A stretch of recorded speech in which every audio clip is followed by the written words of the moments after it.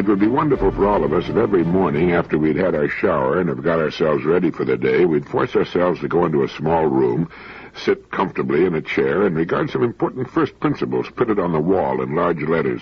We might then meditate for a while and leave for work refreshed and with the important reminder that we need only stick to some basic principles in order to achieve the things and the kind of life we want to live. I was reading again the moral and political thought of Mahatma Gandhi. We recommended this book in Direct Line 15. Gandhi firmly held to the view that there are fundamental principles based upon the moral law. He wrote to an inquirer in 1932, "When we've grasped fundamental principles, we should be able to apply them to any given set of circumstances. If we cannot do this, it means that our grasp of first principles is feeble. It's like geometry, in which we can solve all problems based on a theorem we have mastered." Further, he repeated that whatever a man sows, that shall he reap. The law of karma is inexorable and impossible to evade. Karma is moral law. As a religious believer and an inheritor of the Indian tradition, Gandhi belonged to the classical tradition. He believed in the principle, a person is but the product of his thoughts. What he thinks, he becomes. Now, as his biographer, Professor Raghavan N. Iyer, writes, "No saint or politician before our century could have achieved in his lifetime the worldwide attention that Gandhi received. He had his detractors, but made no enemies, and he won the deep affection of vast numbers of people, as well as of his eminent contemporaries. He's been classed with the Buddha, Socrates, and the Bhakti saints of medieval India. He's been celebrated as perhaps the greatest man of our century by men as different as the Dalai Lama, E.M. Forster, and Lord Samuel. Einstein has surmised that generations to come will scarcely believe that such a one as this, ever in flesh and blood, walked upon this earth." Yet Gandhi himself said, "I have no desire to found a sect. I am really too ambitious to be satisfied with a sect for a following, for I represent no new truths. I endeavor to follow and represent truth as I know it, and I do claim to throw a new light on many an old truth." So here, let us agree, was one of the greatest men of all time. He said he could present no new truths, but held to the view that there are fundamental principles to which we can return which will work for all situations. And these are the ones, repeated again and again down through our recorded history by the greatest human beings our species has produced, that we might have printed on that wall to look at and repeat aloud perhaps every morning before we begin our day, and which let's talk about, along with some other important principles, in this issue of Direct Line. Here we've touched on two. They are, whatever a person sows, that shall he reap, and a person is but the product of his thoughts. What he thinks, he becomes. Now, here are two laws of human navigation which are as infallible as the movement of the heavenly bodies, stars by which each of us can set his course and rest content that he'll reach his destination. Now, that's good to know in these times. It's good to remind ourselves that out of the incredible welter of confusion we find about us, with signs of moral breakdown everywhere evident, we can quietly return to these great principles and get ourselves and our loved ones back on course. We all tend to give superficial credence to the great moral laws we were taught in our youth, but most of us don't really believe they're true.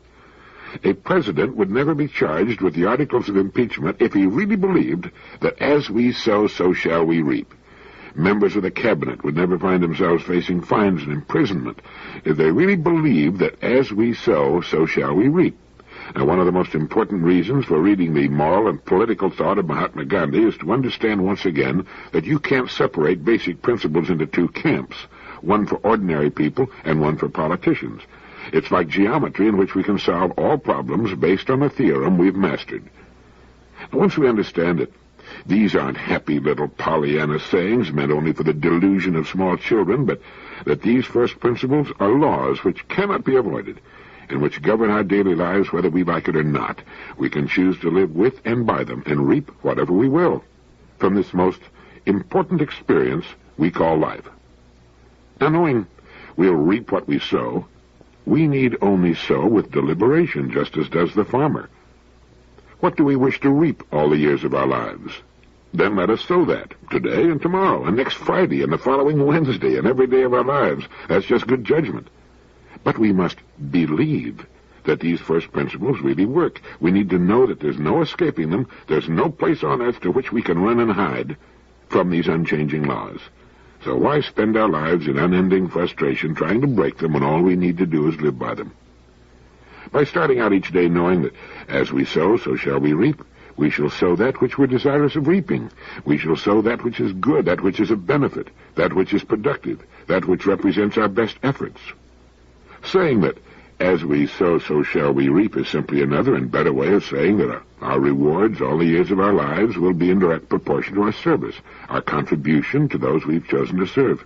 Now, that's not difficult, and it's great to be able to relax in the certain knowledge that we can reap abundance all the years of our lives. We know what we will reap simply by taking care as to what we sow. And we talked about Gandhi in the book The Moral and Political Thought of Mahatma Gandhi in Direct Line 15, and mentioned that to Gandhi it's necessary to do what seems to be right in scorn of consequences. And every single act must be justified in terms of the ultimate unchanging values rather than the immediate results that are expected to emerge. And I think this is the test of whether a person really believes in these laws or not. Every single act must be justified in terms of the ultimate unchanging values. That means that we never cut corners for the sake of expediency, or feel that no one's looking, or that there's no chance of being caught or detected, or that this is a sure thing, just this once and never again. There are no exceptions. Unless we feel it's worth paying the price, reaping what we've sown. It's as ridiculous to expect to get away with it this once as it is to expect one stone not to fall when we release it. If 10,000 stones will fall to the earth when released, the next one will too. There are no exceptions, and the ways of reaping the negative results of the wrong things we've sown are as numerous and as varied as are reaping the positive benefits of the good things we've done and are doing. In fact, once the conscious use of these laws is made a part of our daily lives, half the fun is watching to see how and in what form the benefits arrive. But best of all is the inner security that comes from knowing that no matter how confusing things become, how worried or anxious we may become at times, we can return to these great principles, take a deep breath, and start out from there. I should think these would be useful to those who work with those who find themselves overwhelmed by life. In this issue of Direct Line, we're including these two great principles in the form of a pressure-sensitive sticker you may want to put at the top of your bathroom mirror or on the sun visor of your car, someplace where you'll see it every day, and be reminded that there's a way to win, despite everything that may come your way in the form of obstacles or tragedy. Living by these principles takes the confusion out of our lives and makes decision-making much easier. When we're faced with a situation, no matter how attractive it appears on the surface, which we know to be shady or shaky, well, there's no hesitation, no agonizing about it. We say no. It isn't a matter whether it's $50 or $10,000 or $1 million or seeming benefit at the expense of someone else. We say no as a matter of principle. On the other hand, we say yes to things which others think excessively risky simply because they meet our preset parameters. And living by these principles, we can certainly say yes to life. Just a few minutes a day will do it, reminding ourselves of two principles which will keep us on course and assure our success. It's said that one of the most serious problems affecting modern life today is a kind of chronic depression, not an economic depression, but a psychological depression. It's said to be affecting millions, and it's believed by such outstanding researchers as Kierkegaard that despair means not being oneself. If we look for the cause of our depression, it may often lie in what we're trying to do or the way in which we're trying to do it. We're not being ourselves, doing what we should be doing, nor working toward what we should be working toward. In some ways, our society is like a crowd of people rushing toward a fire sale. It's easy to get stampeded right along with them. We can find ourselves moving along with the crowd without knowing why, and just assuming that because so many people are moving together, they must know what they're doing or where they're going. Not necessarily. Maybe we've been conned. And did you ever get a real bargain at a sale? Something genuinely worthwhile at less than its retail value, its real value? Now, maybe it's possible, but I never have. Usually you get what you pay for, and what looks like a bargain as often as not turns out to be a pile of junk, not worth the time, effort, or the money. I think a lot of the depression around is caused by people not being themselves, but instead trying to fit themselves into a role for which they're not really built and which they really don't like. And the longer they stay on that treadmill, the more despondent they become and the less purpose they can find in living and keeping up the motions. Know thyself. Never was the ancient wisdom of Socrates more important than in today's world. And to know thyself is to find thyself.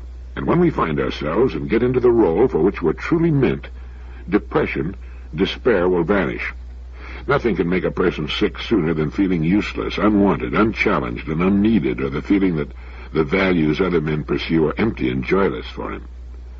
Find a purpose with meaning for you, and you'll be filled with abundant, radiant health.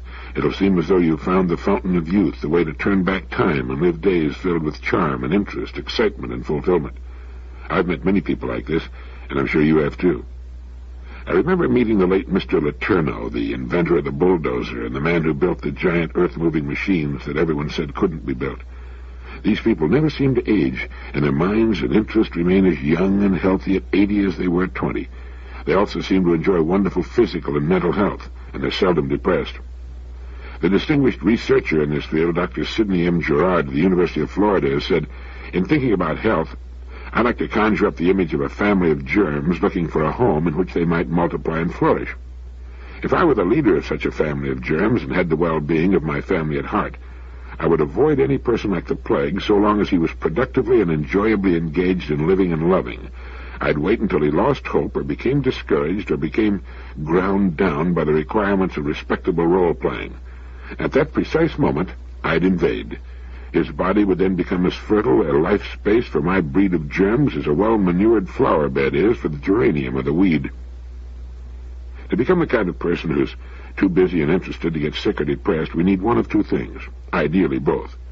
A fascinating role in which we can completely lose ourselves, something we can do that's so right for us we delight in it, or a powerful purpose, a real reason for getting out of bed in the morning, something toward which we're working and want very much to have or achieve. That's why people with settled purposes, people who know who they are and where they're going, actually achieve their goals. There's just no stopping such a person. He's filled with too much energy, too much drive and purpose, too much good health to stop. And alongside this person, most other people are like pallid imitations. When we find ourselves in our true place in the scheme of things, it's as though we tap some secret wellspring of energy, and we become self-actualized, as Dr. Maslow liked to put it. We simply live closer to our real potentialities, and as a result, we live more than other people. We get a lot more out of life. We began our direct line with two principles which the great Gandhi used to help him guide his life. Long before Gandhi appeared on the scene, back in the year 1723, a 17-year-old boy arrived in Philadelphia without a penny to his name. At the age of 42, he retired, wealthy. During his lifetime, he also became the country's most outstanding statesman, scientist, and philosopher. He helped draft the Declaration of Independence and was one of its signers. He was the first American success of the Horatio Alger variety, and he was, of course, Benjamin Franklin. And he used the living by principles method, too. Having an inventive mind and just starting out and deeply in debt, he looked for the essential principles of successful living. And after much thought and study, he devised a method so simple, yet at the same time so practical, that anyone can use it. He chose 13 principles, 13 subjects which, if he could master them, he felt would lead to the success he sought. He gave a week's strict attention to each one so that he could practice the entire list of 13 subjects 4 times a year. When he was 79 years old, he wrote more about this idea than anything else that ever happened to him in his entire life. 15 pages. For to this list and the way he practiced it, he felt that he owed all his success and happiness. And he ended by writing, "I hope, therefore, that some of my descendants may follow the example and reap the benefit." So, for any person who wants to be as successful as Ben Franklin, here are his 13 principles. The idea is to practice each in order for a week, going through the list 4 times a year, every year. Number 1, temperance. Eat not to dullness, drink not to elevation. 2, silence. Speak not but what may benefit others or yourself. Avoid trifling conversation. 3, order. Let all your things have their places. Let each part of your business have its time. 4, resolution. Resolve to perform what you ought. Perform without fail what you resolve. 5, frugality. Make no expense but to do good to others or yourself. Waste nothing. 6, industry. Lose no time. Be always employed in something useful. Cut off all unnecessary actions. 7, sincerity. Use no hurtful deceit. Think innocently and justly, and if you speak, speak accordingly. 8. Justice. Wrong none by doing injuries or omitting the benefits that are your duty. 9. Moderation. Avoid extremes. Forbear resenting injuries so much as you think they deserve. 10. Cleanliness. Tolerate no uncleanliness in body, clothes, or habitation. 11. Tranquility. Be not disturbed at trifles, or at accidents common or unavoidable. 12. Chastity. And lastly, 13. Humility. Imitate Jesus and Socrates. And no one before or since has been more successful than Benjamin Franklin, and he gives the credit to that list of 13 principles, each to be practiced in order for a week at a time, so that all of them can become habits. They'll work today as well as they did then. I've got another book to recommend to you, particularly if you're the fast-moving, high-powered, racing-the-clock type of person. The book is entitled Type A Behavior and Your Heart. Now, here's a book that might add years to your life, and good years, too. These are the cardiologists who have identified the #1 cause of heart attack. And there's a lot more here than good medical advice. The title of the book is, again, Type A Behavior and Your Heart. It's published by Alfred Knopf. It's by Meyer Friedman and Ray H. Rosenman, both medical doctors and both having spent many, many years of their lives studying this particular subject and working in this field. Reading this book will cause a person to take a new long look at himself and his life and goals. The Type A person in a headlong rush toward success is more often than not in a headlong rush toward a coronary, and so busy trying to avoid wasting time that he wastes his life instead, and they point out that hurrying seldom accomplishes anything worthwhile. In the chapter on what to do if you're Type A, the doctors point out that if you are a Type A person, it's more than likely that you've never submitted your basic capacities and qualities to a rigorous self-appraisal. If you wish to diminish the intensity of the behavior pattern, you must try. Until such an appraisal is made, you never will know just how strong or weak your intellectual and emotional processes really are. Lacking such self-knowledge, you can't help feeling insecure. Your basic security does not depend upon, nor can it be safeguarded by, the opinions of your friends and associates. It depends upon your own precise awareness not only of your positive qualities and capacities, but also of your inadequacies. In fact, facing up to the latter, your inadequacies may well increase your sense of security rather than diminish it. If you possess an absolutely unbiased picture of yourself, you'll become far less dependent upon the opinions of other persons, and far less inclined toward a frenzied career of acquiring more and more numbers. You'll begin to understand that you've harried yourself mercilessly and needlessly in the past in an essentially vain effort to gain security from outside events and persons, when the only real hope for such security lay in frank self-evaluations. And so they then offer a 10-point personal appraisal questionnaire. 1. In a meaningful self-appraisal, you must first attempt to determine just how intelligent, how percipient, and how creative you've been in your job. 2. You must examine your sense of humor to determine how it served you. Is it chiefly a repository for jokes and anecdotes, or does it function as it should to help you perceive your own occasionally ludicrous aspects?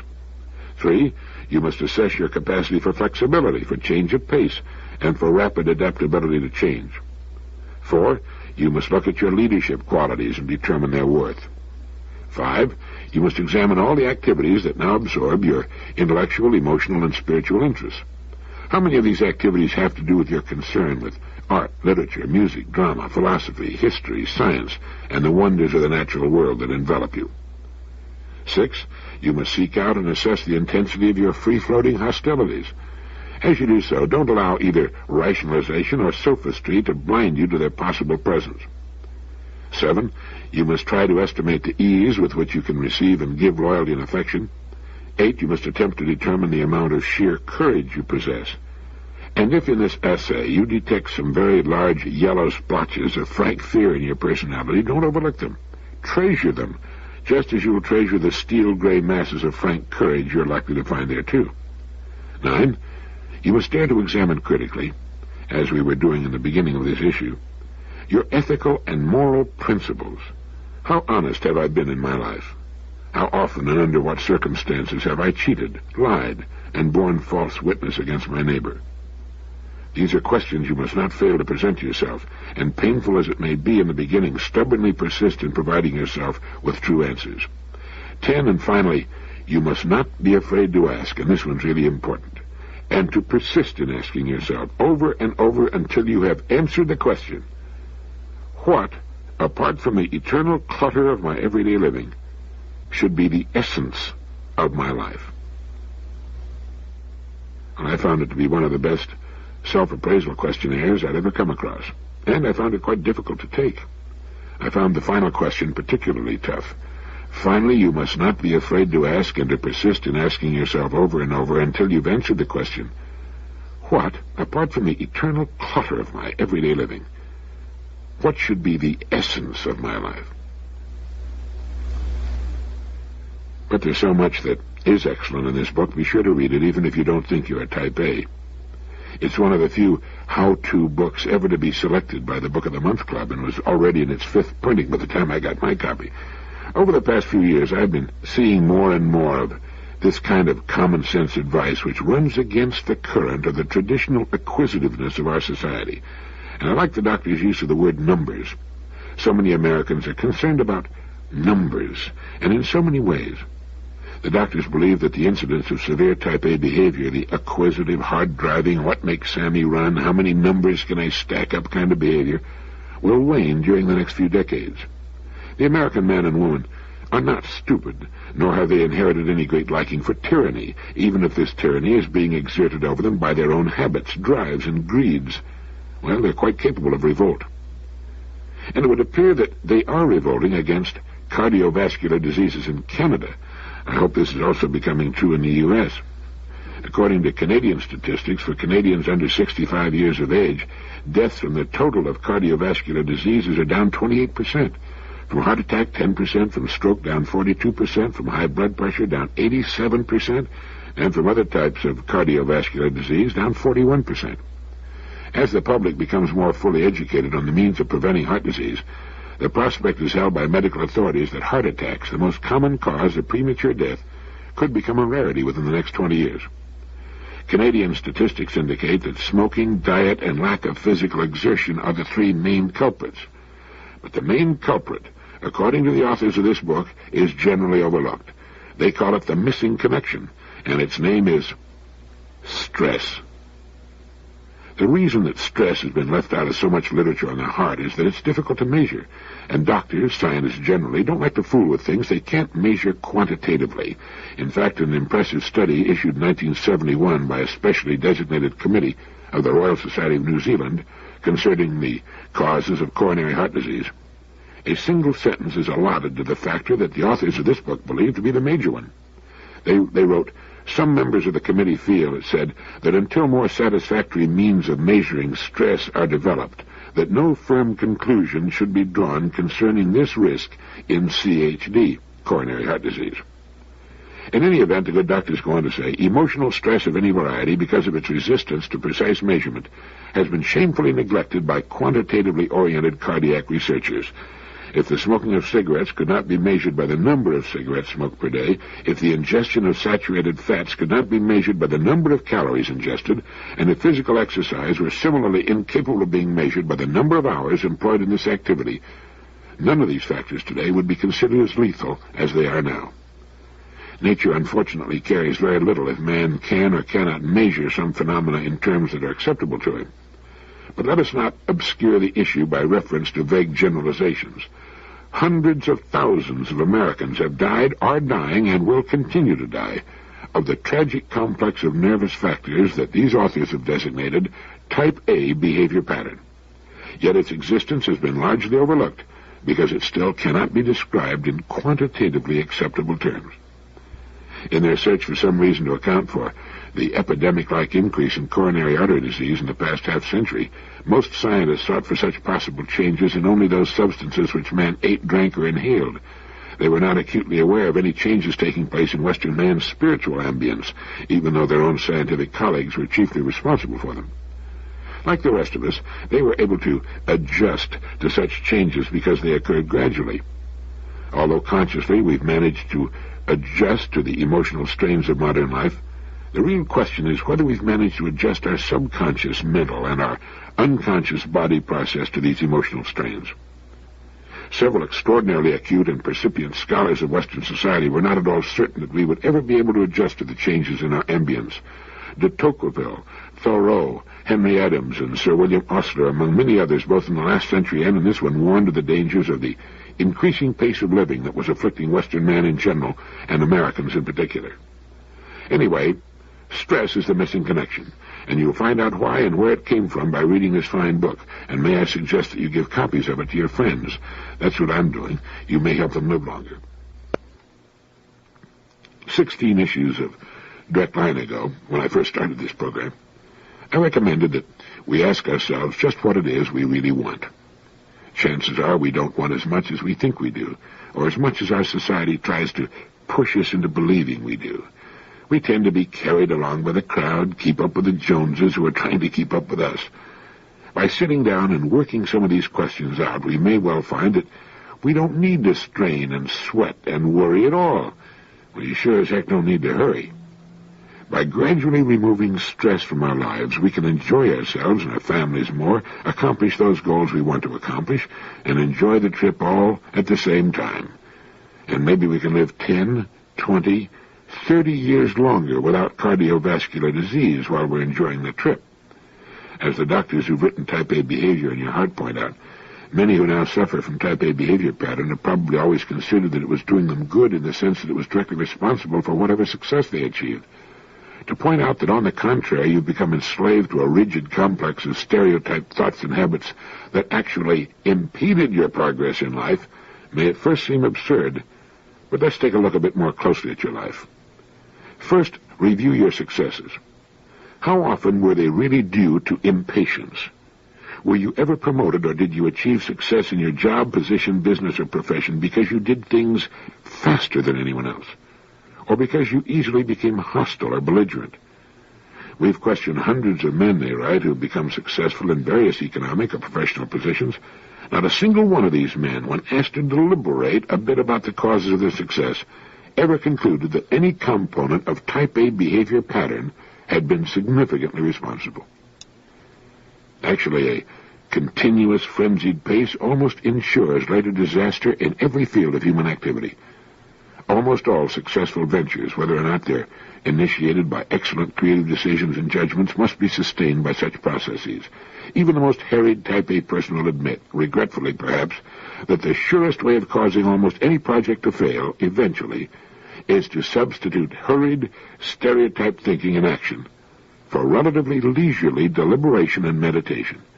If there is one principle that should never be forgotten, it is this: the thrust of creative energy is always weakened by repetitive urgency. And so we can add one more principle to live by. The thrust of creative energy is always weakened by repetitive urgency. So what we're saying is this: if you've been successful, it's not because of your Type A behavior pattern, but despite it. So we find that instead of the high-powered, full-speed-ahead, run from early morning until late at night kind of behavior leading to the success we seek, it's actually a hindrance and leads to coronary artery disease. We need time to think, to meditate. We need leisure for good ideas to work their way into our consciousness. And as we've said before, one good idea can be worth 10 years of hard 8-hour-a-day work. Incidentally, if you are a Type A kind of person, there's a special chapter on what to do if you're a Type A. Drills, easy things you can do to move from Type A behavior pattern to Type B. And if you've already got some symptoms, there's a special chapter on coping with coronary heart disease. Because of errors in life habits, or of the particular disorders described in Chapter 9 of this book, or of both, it's probable that at least 5 million Americans now suffer not just from coronary artery disease, but also from coronary heart disease. That is, the narrowing of one or more of their coronary arteries has become severe enough to produce either symptoms of coronary distress, angina pectoris, shortness of breath, a serious irregularity in the rhythm of the heartbeat, or easily induced fatigue, or actual injury to the heart muscle. To repeat, coronary heart disease is coronary artery disease that has become severe enough to produce symptoms. And as George C. Griffith, past president of the American College of Cardiology and emeritus professor of medicine, cardiology at the University of Southern California, writes of this book, This publication will do more to prevent premature cardiovascular disease than any modern textbook of medicine or health book written for the general public. Every professional, every executive, and every literate layman should place this book on his must-read list. I hope I've been able to sell you. 54% of all deaths, millions occurring many years, even decades before they should, are due to cardiovascular disease.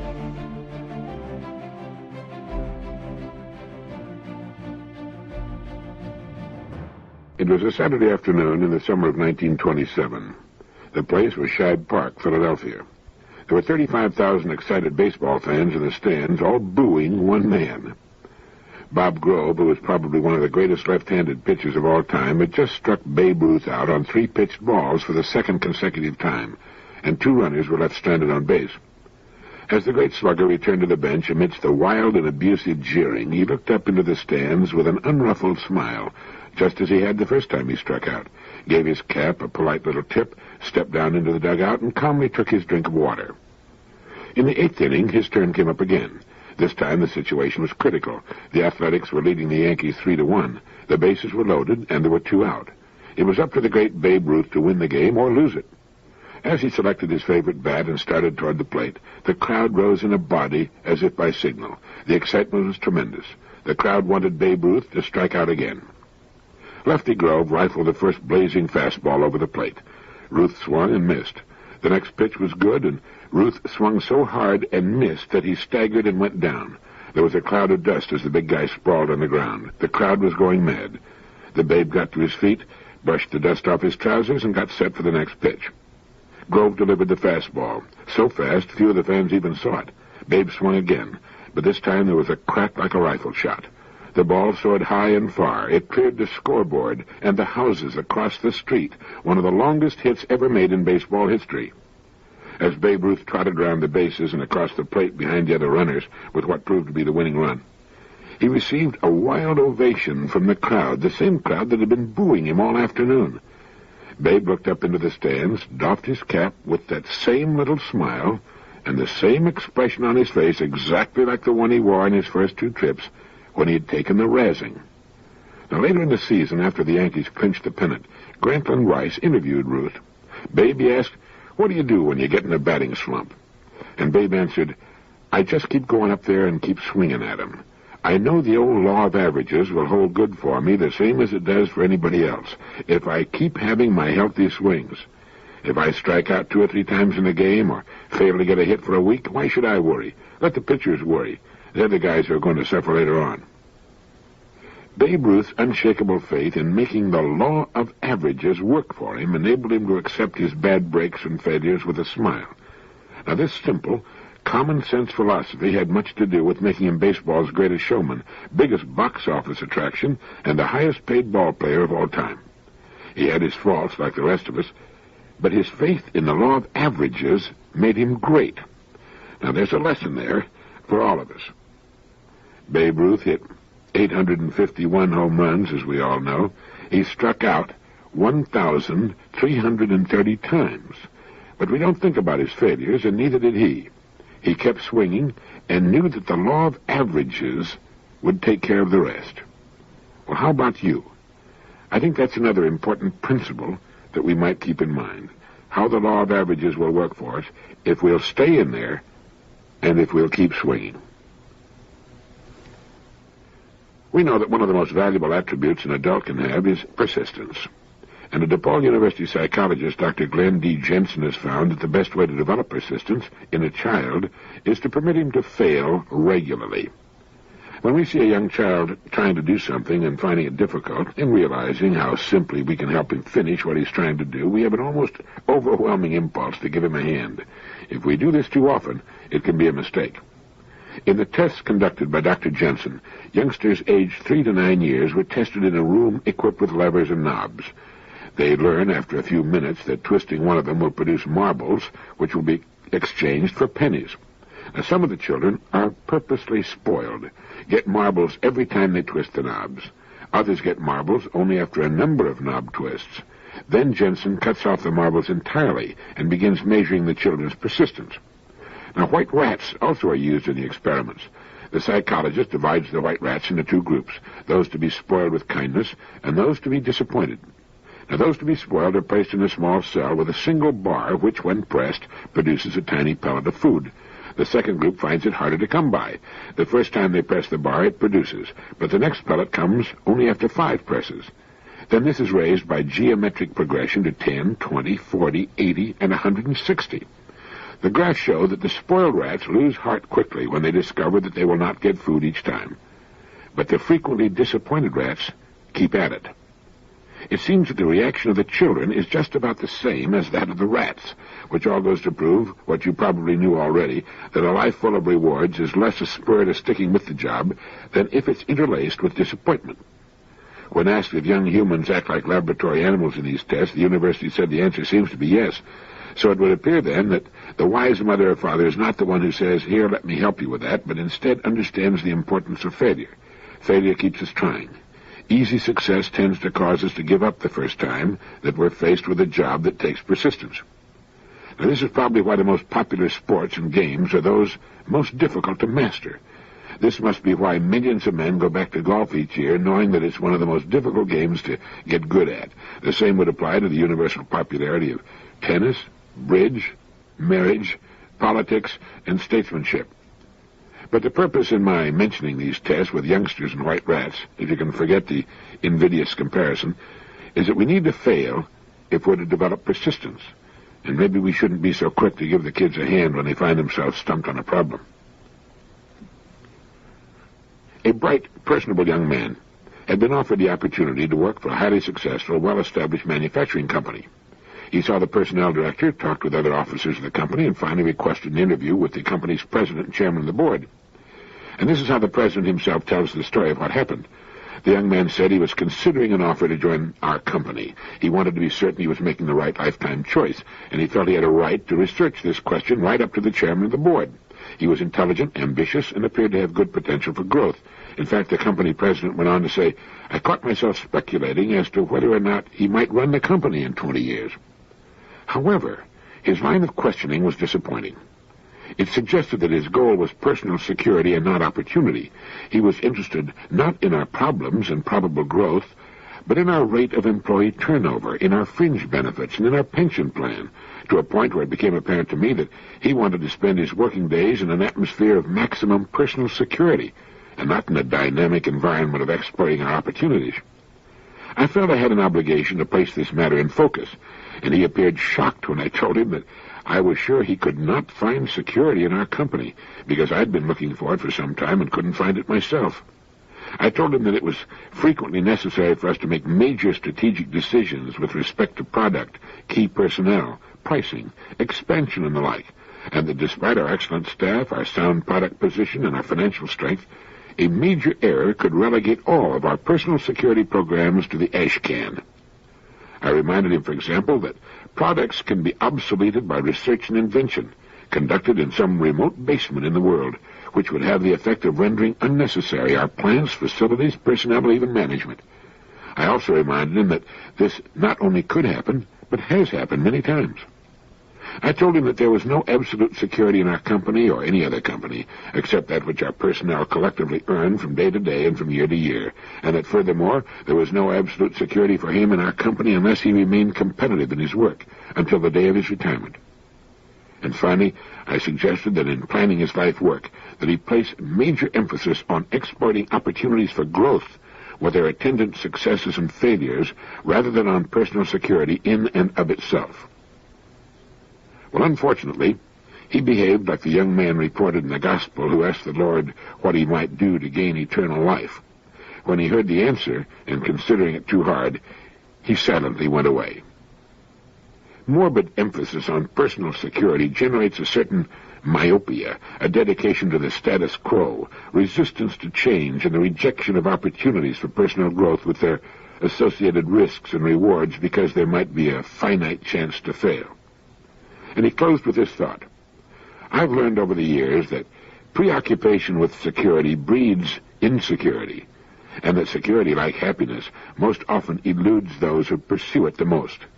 Paradoxically, security most often comes to him who in life assumes the risks of insecurity. The other day in a taxi, I fell to musing about the story, A Connecticut Yankee. Maybe you're old enough to remember the movie with Will Rogers. In the story, he's struck by lightning or some such thing and finds himself magically transported back in time to the days of King Arthur and his Knights of the Round Table. And I began trying to think of something I could teach the people if the same thing happened to me. And it poses an interesting question. If you were suddenly transported back in time, say 1,000 years, what could you teach the thinking people of that time? You would know so much that they still hadn't dreamed of: the airplane, an automobile, electricity, and a telephone, printing, gunpowder, atomic energy, the steam engine, the propeller. If you were taken back to the year 1000 A.D., what could you teach them? For one thing, it'll make you realize how little you really know. However, if you could manage to keep from being burned as a sorcerer, the wise men of the time would make pilgrimages to see you and ask thousands of questions. You would be the most famous person on earth and the most celebrated. You'd be 400 years ahead of Gutenberg in his discovery of movable type and printing, 600 years ahead of Galileo, 500 years ahead of Columbus. But with all of your knowledge of our modern world and its thousands of wonders, what could you show them how to do? The aspirin tablet, the first real wonder drug and painkiller, would have been an unbelievable boon to them in their suffering. Could you show them how to make it? How to mix saltpeter, charcoal, and sulfur to produce gunpowder? How about the steam engine? Could you show them how to make one? Or a simple electrical generator? Or how to make wire? Could you make a clock? Or a still to refine kerosene and gasoline from crude oil? We know so much about so many thousands of things, but with the exception of our specialty, we'd be hard-pressed to teach them how to really make much of anything. Some of our scientists could, but it is said that there's not a man alive in the world today who could single-handedly put together an operating automobile starting from scratch. Now, this makes for a fascinating conversation. You can try it with your family at dinner. The kids will love it. It makes them realize how interdependent we are, that we couldn't do a thing without the help of thousands, millions of other people. Everything we have comes from other people. We didn't have to build our own home or make the family car or cut wood for the fire or haul water from the well or grow our own vegetables, raise our own chickens or livestock, or make our own clothes or furniture and cooking utensils, write and print our own books and newspapers, or even provide for our own entertainment. And the most interesting discussion can center around what we know enough about to teach to others if we should suddenly find ourselves without the help of our modern society, without modern medicine and dentistry, communication and transportation, educational facilities and modern utilities. I was reading that great little book, The Ever-Present Past, by the late Edith Hamilton, certainly one of the greatest ladies who ever lived, and I came across something I thought you'd like. When I read educational articles, she wrote, it often seems to me that the purely personal side of education is not emphasized enough. The fact that it's so much more agreeable and interesting to be an educated person than not. The sheer pleasure of being educated does not seem to be stressed anymore. Once long ago, I was talking with Professor Basil L. Gildersleeve of Johns Hopkins University, the greatest Greek scholar our country has produced. He was an old man, and he'd been honored everywhere, in Europe as well as in America. He was just back from a celebration held for him in Oxford, and I asked him what compliment received in his long life had pleased him most. The question amused him, and he laughed over it, and he thought too, and finally he said, well, I believe it was when one of my students said, Professor, you have so much fun with your own mind. Robert Louis Stevenson said that a man ought to be able to spend 2 or 3 hours waiting for a train at a little country station when he was all alone and had nothing to read, and not be bored for a moment. What is the education which can do this? What is the furniture which makes the only place belonging absolutely to each one of us, the world within, a place where we like to go? I wish I could answer that question.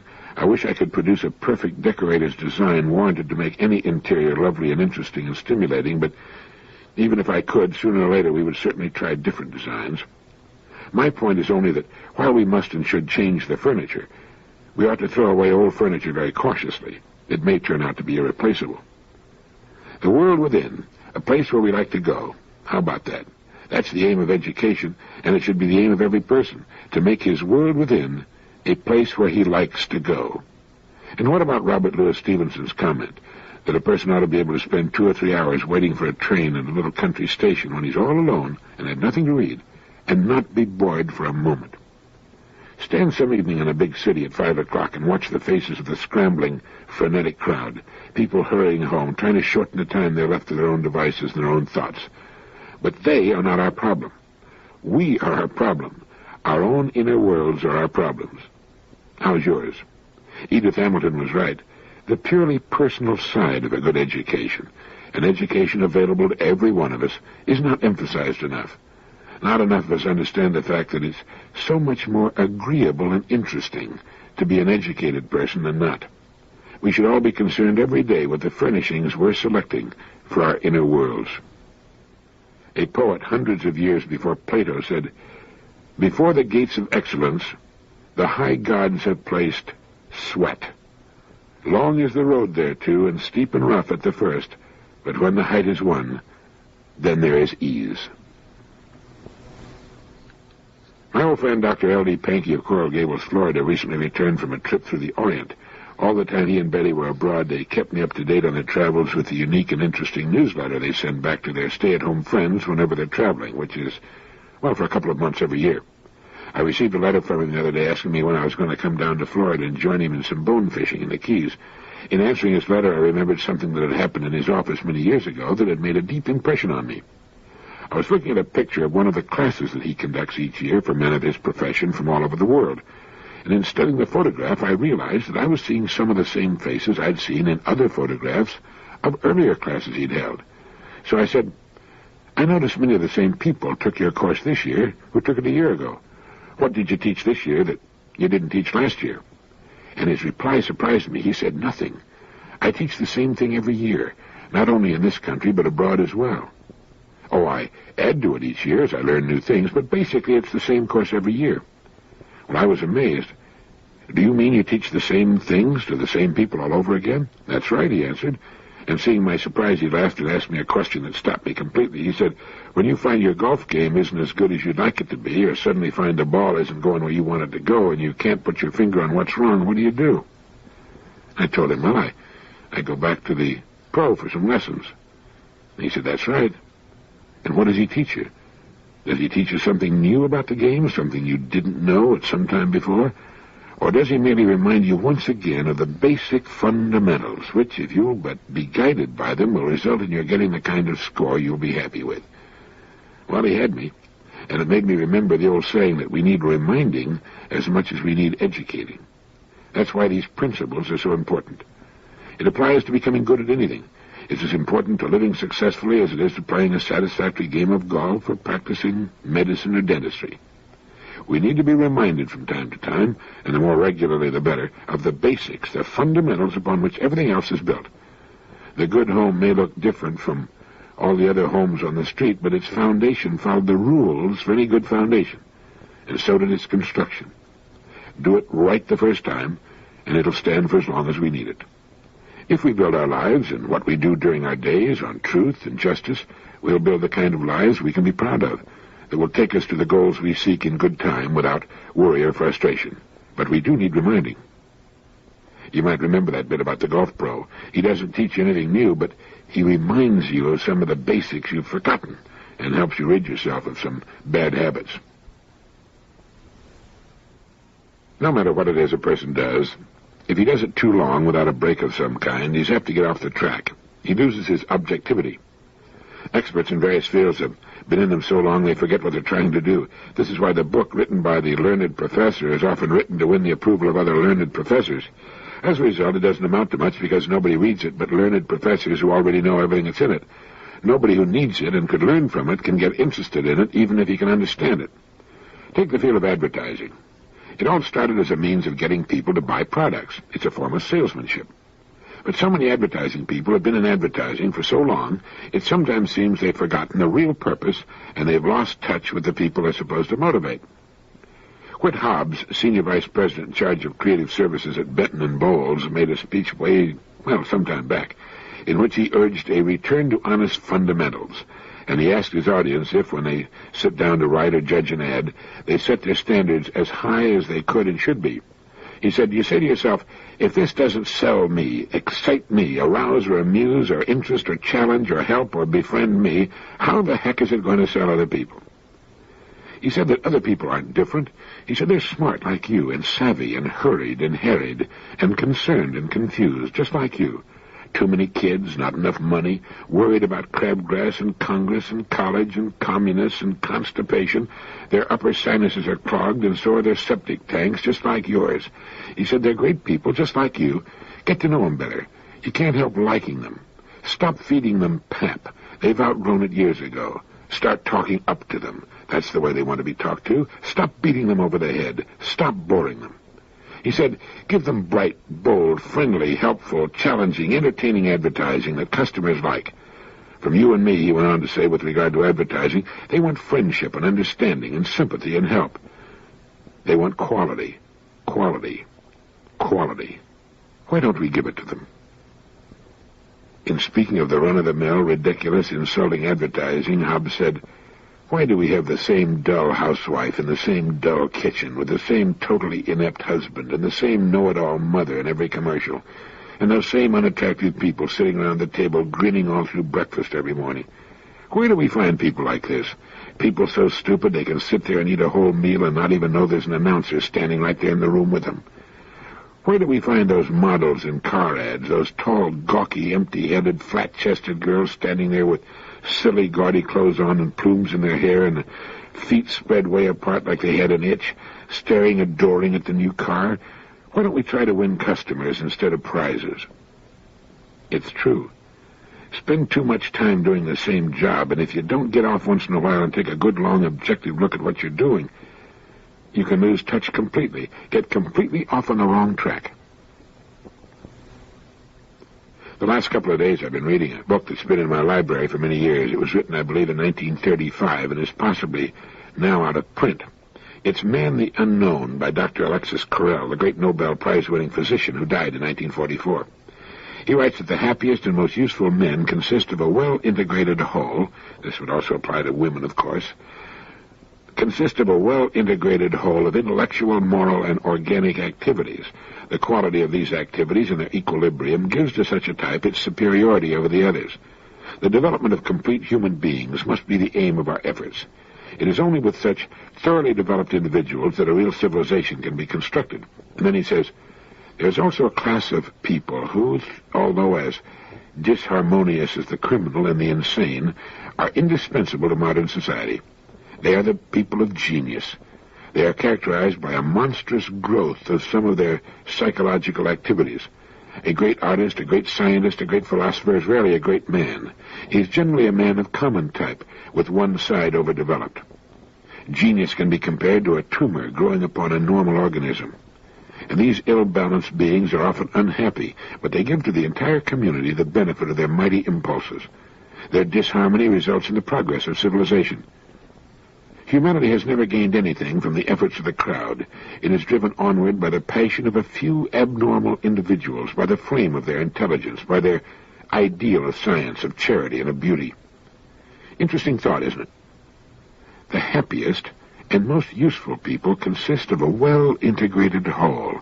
These are those beautifully balanced people with good or even fine minds, great interests in a wide variety of pursuits, who are, as a result, seldom bored, seldom depressed. They look out toward the world and its infinite variety of interesting and exciting ideas and events. They seldom look inward upon themselves, but when they do, they're quite happy with what they find.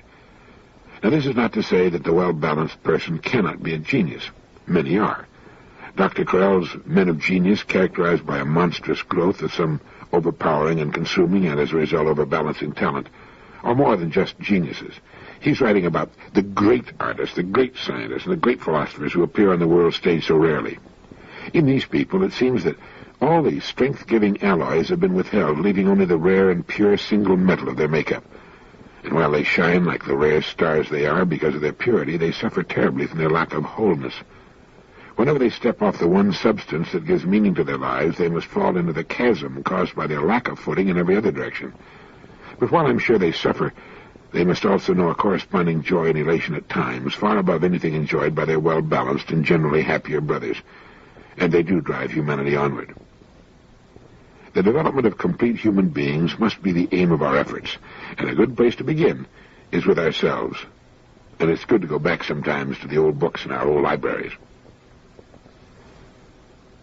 Mr. Frederick C. Decker, publisher of Printers, Inc., gave some wonderful advice in his fine magazine some time back to all of us who are engaged in business, to all humans, in fact, who work.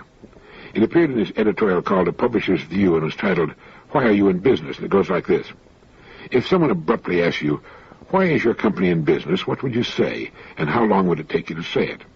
Unless you're different from many people I know, your first reaction to such a question is apt to be a near total loss of words, and your second one is just as apt to be a series of attempted answers that you will reject one by one as either wholly inadequate or so involved that you'll want to withdraw them until you can sharpen them up. If you don't believe this, assume I'm asking you right now why your company is in business, and then sit back and see how fast you can produce an answer with which you're thoroughly satisfied. A marketing manager and his agency account executive got together just the other day to see if they could agree on some basic approaches to their next year's advertising campaigns. After several hours of putting a lot of divergent ideas on the table, they suddenly realized they had no simple, common base from which to start. Then the marketing manager said, "What is my company really trying to do in this world?" A good many hours later, they had an answer they were both sure was right, and they had boiled it down into easily understandable words. And now, they tell me, they're off and running with more ideas for next year than they know what to do with. For the first time, they both have a clear idea of what they basically have to sell. The bigger and more diverse your company becomes, the tougher it is to remember that once upon a time it had a very simple reason for going into business. Yet that simple reason is the cornerstone of its growth and success, and the bigger your company is today, the sounder that reason undoubtedly was. Thus, there really isn't any substitute for making sure you know why your company is in business. And once you do know and have clarified your thinking so you can tell anybody why, you'll be pleasantly surprised how much easier it is to advertise your company's products, convincingly and well. Why is your company in business? If you're sure you know and can say why clearly and memorably, sit right down and write an advertisement for any product your company makes. I almost guarantee you'll be very pleased with the results. Thank you, Mr. Decker. Well said as usual. You know, this is really all we need from time to time. A reminder to turn to basic fundamentals, to our beginnings. Think how clean and stripped of absurdity and circumlocution this kind of thinking could make the ads we see and hear. Think how honestly this sort of thinking could cause the ad to strike the eye and the ear. I think Mr. Decker's editorial should be tacked to the wall over the desk of every copywriter and probably every company president. You know, Emerson said one time, they use the superlative of grammar, most perfect, most exquisite, most horrible, not perceiving that superlatives are diminutives and weaken, that the positive is the sinew of speech, the superlative, the fat. This morning in a taxi on my way to the office, I experienced a curious sensation. For no particular reason, I saw myself in the great city in which I live in relation to future time.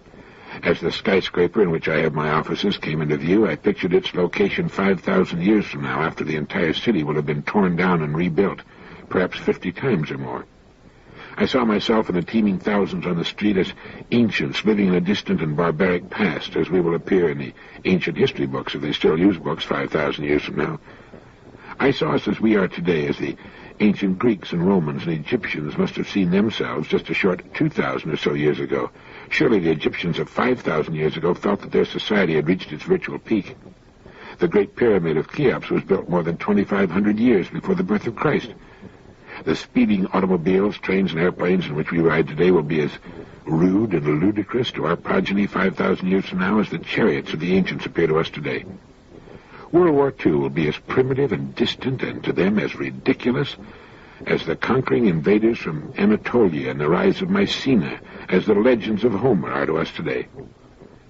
As we study the Bronze Age, their children and historians will study us, the Atomic Age.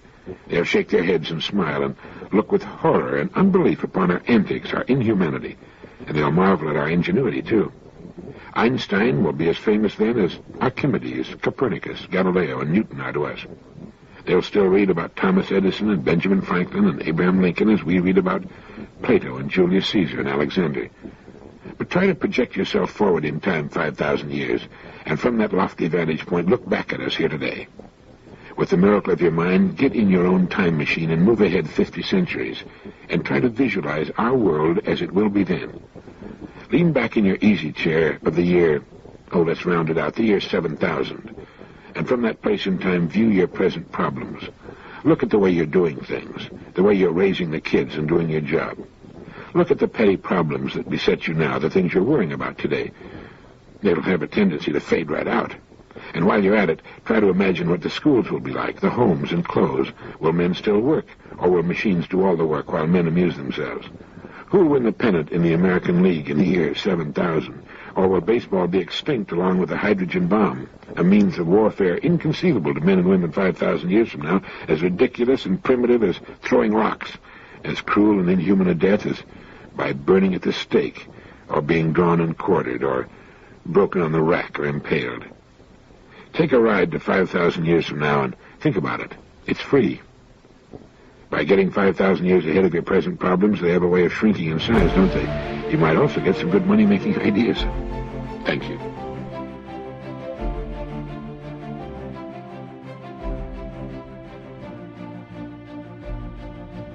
For several years, I've kept a file entitled simply The Book. It's filled with a collection of thoughts and ideas, clippings and thousands of pages of disconnected things I've written on one subject or another. I was poking through it this morning and came across this thought from Plato. Man is declared to be that creature who is constantly in search of himself, a creature who at every moment of his existence must examine and scrutinize the conditions of his existence. He is a being in search of meaning. He's a being in search of meaning. Now that describes us pretty well, doesn't it? The word search is always used in a description of Homo sapiens, the single surviving species of our branch of living things. Search, journey, the moving from one place to another, growth, a rising up, a moving forward. In a description of what a good education will do for us, one of the items on the list goes, a good education will teach us to love life for its own sake. Now, because as long as we have life as we know it, the search can go on, the search for meaning. Some questions, some problems can be solved, others are never solved in the sense that they are completed, finished, tied up with a neat bow.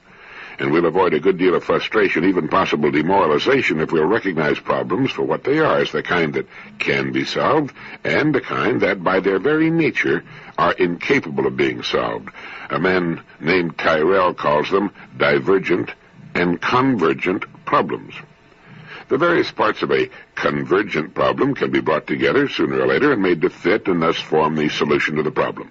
A simple example would be represented by the problem of moving some heavy stones. To move them, they can be placed in a strong box. It serves as a container. But the stones are too heavy to lift in the box, so we add wheels to the box, making it into a wagon. The convergent parts were the box and the wheels. Once they are successfully put together, we can move the heavy stones, thereby solving the problem. The solution to convergent problems can be written down so that others, faced with similar problems, have only to read the instructions. They don't have to do the original thinking all over again. Problems we cannot solve in such a fashion are divergent problems. Their various parts defy successful and final amalgamation.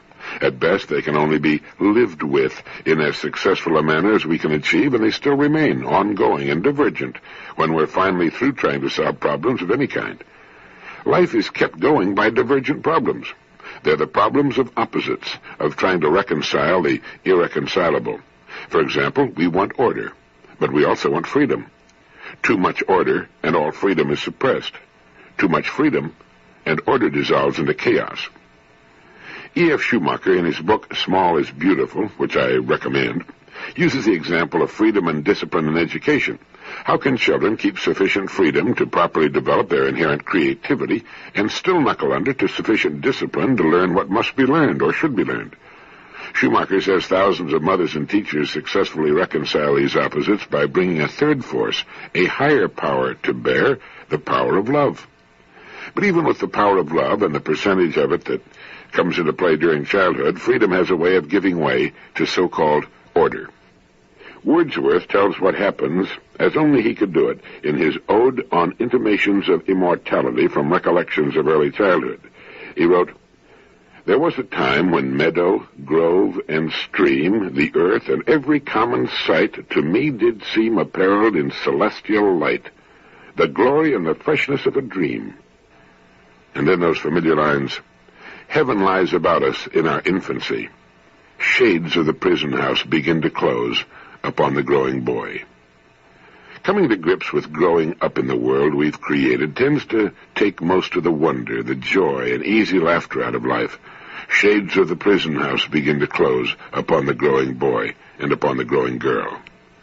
We've created a world based on science and technology and tend to forget that freedom and creativity represent the hope of the future. Yet, how do you develop the vital ingredients of creativity in any organization and still maintain order? Order being the glue that holds the whole thing together. Politics, economics, human relations of all kinds, including marriage, fall into the realm of divergent problems. Nothing is ever solved as the making of the wagon is solved. Instead, these conditions of humankind represent changing, volatile rivers of being flowing endlessly into the future. Our civilization is built on the banks of these rivers, and for the past 10,000 years we've lived with floods and droughts and periods of bountiful prosperity, doing our level best to achieve some kind of reasonable accommodation with these great rivers and the various tribes which live up and down their banks. All solutions have been temporary, makeshift. They've been jumping off places, as good books should be, for better attempts in the future. A man and his wife, or a woman and her husband, do not solve living together successfully. If their marriage can be called successful, it means they are successfully coming to grips with it and have managed thus far to overcome or withstand its problems and tragedies and remain married to each other. Each day they have another day's problems to meet. If they prevail, keep their senses of humor, and continue to like each other, they can congratulate themselves on having successfully come to grips with one of humankind's supreme divergent problems. Everyone who plays golf has, at one time or another, felt that at last he's got the game under control. He's figured it out. He's got the swing he wants, and all is well with the world, until the next time he plays. Each time he must live with the course and the game anew. Practice and good instruction will improve his game, lower his average score. But golfers know that you don't solve the game of golf. At best, you just keep playing and living with it. Golf is another divergent problem, another coming together of opposites. Finding a successful orientation in the world is a divergent problem. This is not to say there are not those who have found a congenial place along the river bank. Obviously there are. There are many thousands, perhaps millions, who have found lives as perfectly suited to them as was Picasso's or Shakespeare's or Thomas Edison's or Willie May's. But living itself is a divergent problem, and remains so until the end of our days. Ernest Hemingway found his place in the world.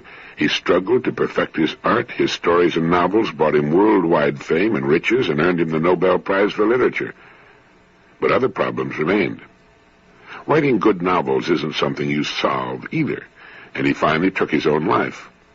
Perhaps if Hemingway had known that there are problems you don't solve once and for all, that there are divergent problems which by their very nature defy permanent solutions, he could have borne his difficulties. But then I don't know what his difficulties were. They may have had nothing at all to do with his writing, but they were divergent. You can bet on that. If we recognize that human problems can only be lived with on a day-to-day basis, perhaps we can keep our sense of humor intact. Perhaps we can keep our creativity and wonder alive. Perhaps we can hold back the shades of the prison house. And perhaps we can keep the lines of despair from etching themselves on our faces. Today, as a species, we face problems of a magnitude unprecedented in human history, and practically all of them are divergent problems. Even the survival of our species, and certainly we're worth saving, along with the brown pelican and the whale, is a divergent problem. Speaking of the problems that face us, James Dyson, the physicist, recently said, "If we're wise, we shall preserve intact these qualities of the human species: toughness, courage, unselfishness, foresight, common sense, and good humor, through the centuries to come, and they will see us safely through the many crises of destiny that surely await us." He might have added, "And we will keep our sense of wonder alive, our creativity, our capacity to think in new directions." The next time you find yourself in an argument with your spouse, you can mention that living together represents a divergent problem. No one has ever solved it yet, and because of the very nature of the problem, no one ever will. Like life itself, it's something you live with and work at, not something you solve. A convergent problem that seems to be solved, or at least nearly so, is the problem of the fuel of the future. We've talked about this before in Direct Line, and it looks as though the fuel of the future has been decided upon. It has all the answers. Do you know what it is? When you look at the parts of the problem, it practically answers itself. The present problem has 6 parts. 1, oil, gas, and coal are too precious as raw materials for uses that they alone can serve to waste as fuel a day longer than we have to. I had a most interesting discussion on this subject recently in Calgary, Alberta, Canada. Burning up the last reserves of our fossil energy would be a crime. Second, we already have more poisonous wastes from nuclear plants than we'll be able to be rid of for thousands of years to come, and we don't want any more. Third, worldwide energy demand is growing at a pace where we must have an energy source unlimited in supply. Fourth, we need a source more powerful than current fuels. Fifth, we want one closer to consumption or easily stored and transported. And finally, we want a source that will ultimately bring costs down for all users. Well, do you know the single energy source that answers all 6 problems? It's hydrogen. We're heading into the hydrogen age and a total world hydrogen economy, and we'll produce hydrogen with solar energy. The general scientific consensus seems to be that solar-produced hydrogen energy from great man-made islands along the coastlines, when technically possible on the desired vast scale necessary for world energy needs, will be the ultimate, possibly the permanent answer to the energy shortages on Earth. It's going to be a slow transition, and petroleum resources will remain as valuable or more valuable than they are today, and there'll be other sources of energy too. But hydrogen seems to have all the answers, and in unlimited abundance. Being the smallest element, hydrogen is lightweight, diffuses rapidly in the atmosphere. Since it's without polluting effects, it can be burned safely indoors, even in a closed room or a mine. It can be stored in any of its 3 forms, gas, liquid, and solid. It can be transported. It's flexible, combines well with other elements. It's a powerful energy. Hydrogen took us to the moon and will fuel the space shuttle. Since hydrogen is such a wonder fuel, why hasn't it been adopted before? Simply because fossil fuels have been cheap and plentiful, while hydrogen, produced by fossil fuels and nuclear energy up to now, has been expensive, thereby limiting it to certain uses in industry and the space program. Now, however, with the growing conviction that it can be produced by using the heat of the sun, the picture changes materially. For in this case, there will be no pollution in connection with its production. Extensive experimentation has shown hydrogen more powerful than gasoline. Present engines can be adapted to its use, and engines built for it save hundreds of pounds in unnecessary parts. Okay, when will solar-produced hydrogen energy be available? Well, estimates vary from the year 1980 to the year 2020. One group predicts a changeover of 51% by 1981, and by 1990, 65%. I saw on the news on television recently where a Frenchman had developed an engine operating on water, the same principle, getting hydrogen and oxygen from water. By using solar heat to decompose water and separate out of it hydrogen and oxygen, also highly important, we can acquire a pollution-free energy. Harnessing the sun's heat should be no more difficult than going to the moon once we've decided that a hydrogen economy is what we want, and soon. The country most likely to develop a workable system, to my mind, is Japan. Not only does Japan have the brains and the technology, Japan must import 98% of its present energy. With great floating platforms ringing the islands of Japan, and with most of her industry close to the seacoast, Japan could produce hydrogen and oxygen from seawater, with the hydrogen stored at depth under the sea. The byproduct, incidentally, is fresh drinking water.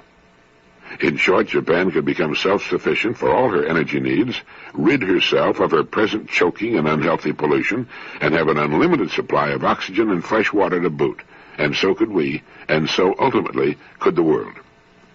The world reserves of fossil fuels would be as valuable in a hydrogen economy as they are now, but they would be conserved and put to proper use.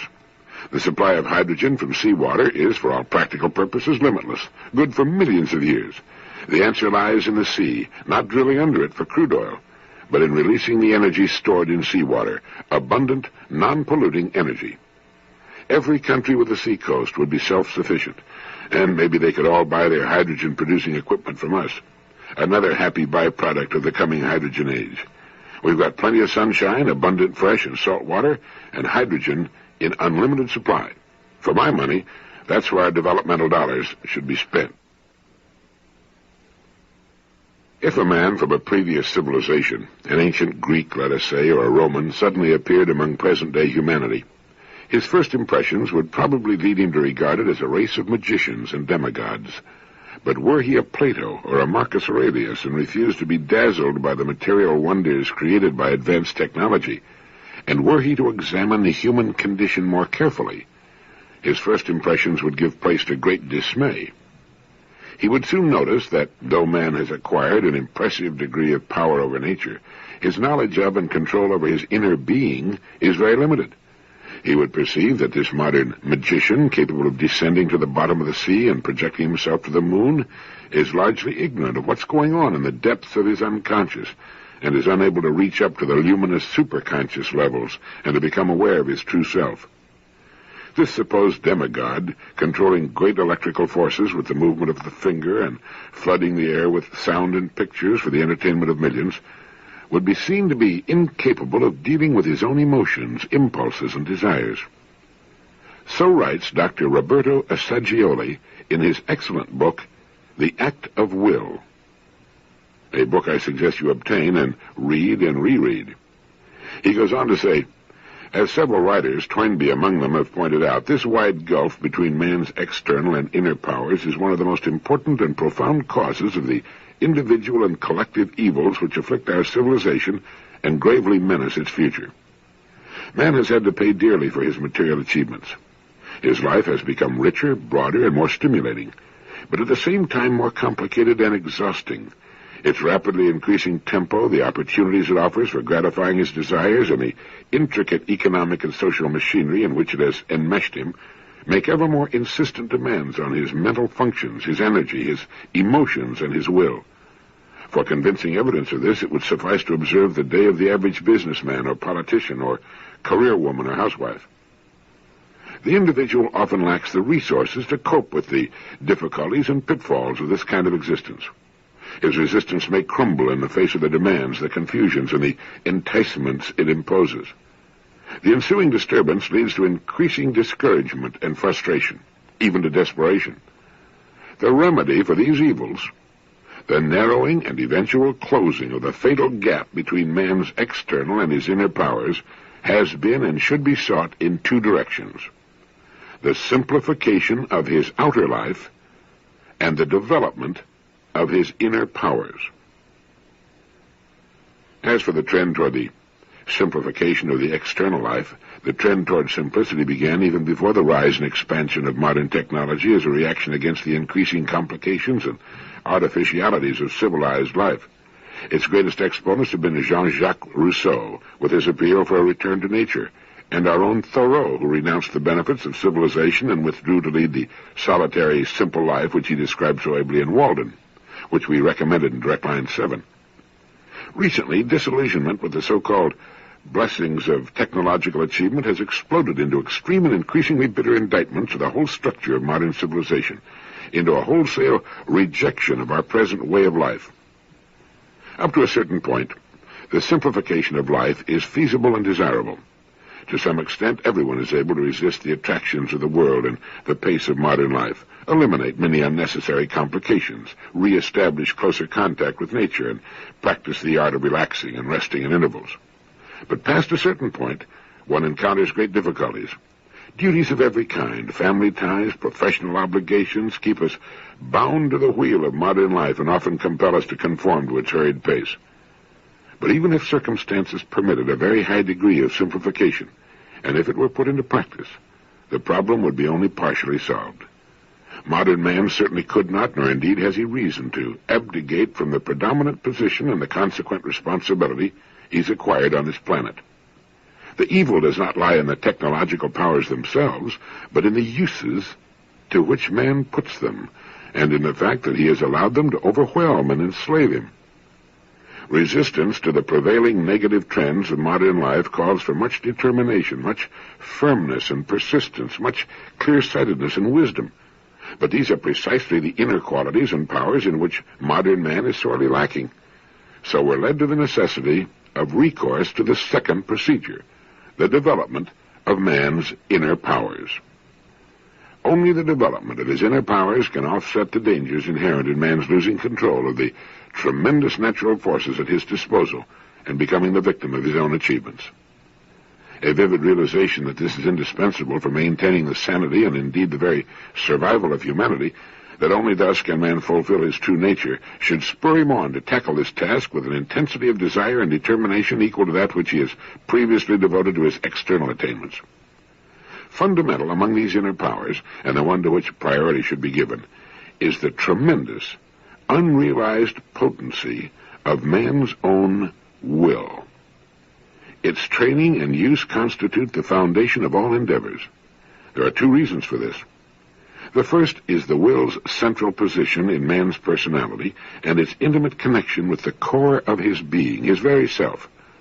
The second lies in the will's function in deciding what is to be done, in applying all the necessary means for its realization, and in persisting in the task in the face of all obstacles and difficulties. But when one decides to start this task, one is apt to be confused and baffled.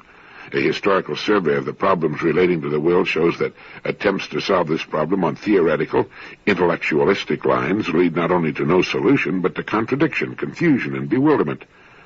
Therefore, I believe, Dr. Saggioli writes, that the right procedure is to postpone all intellectual discussions and theories on the subject and begin by discovering the reality and the nature of the will through its direct existential experience. And that's what this book is about. How to experience the power, the joy, the satisfaction that come from the proper use of the will. It comes about in three phases. The first is the recognition that the will exists. The second concerns the realization of having a will. The third phase of the discovery, which renders it complete and effective, is that of being a will.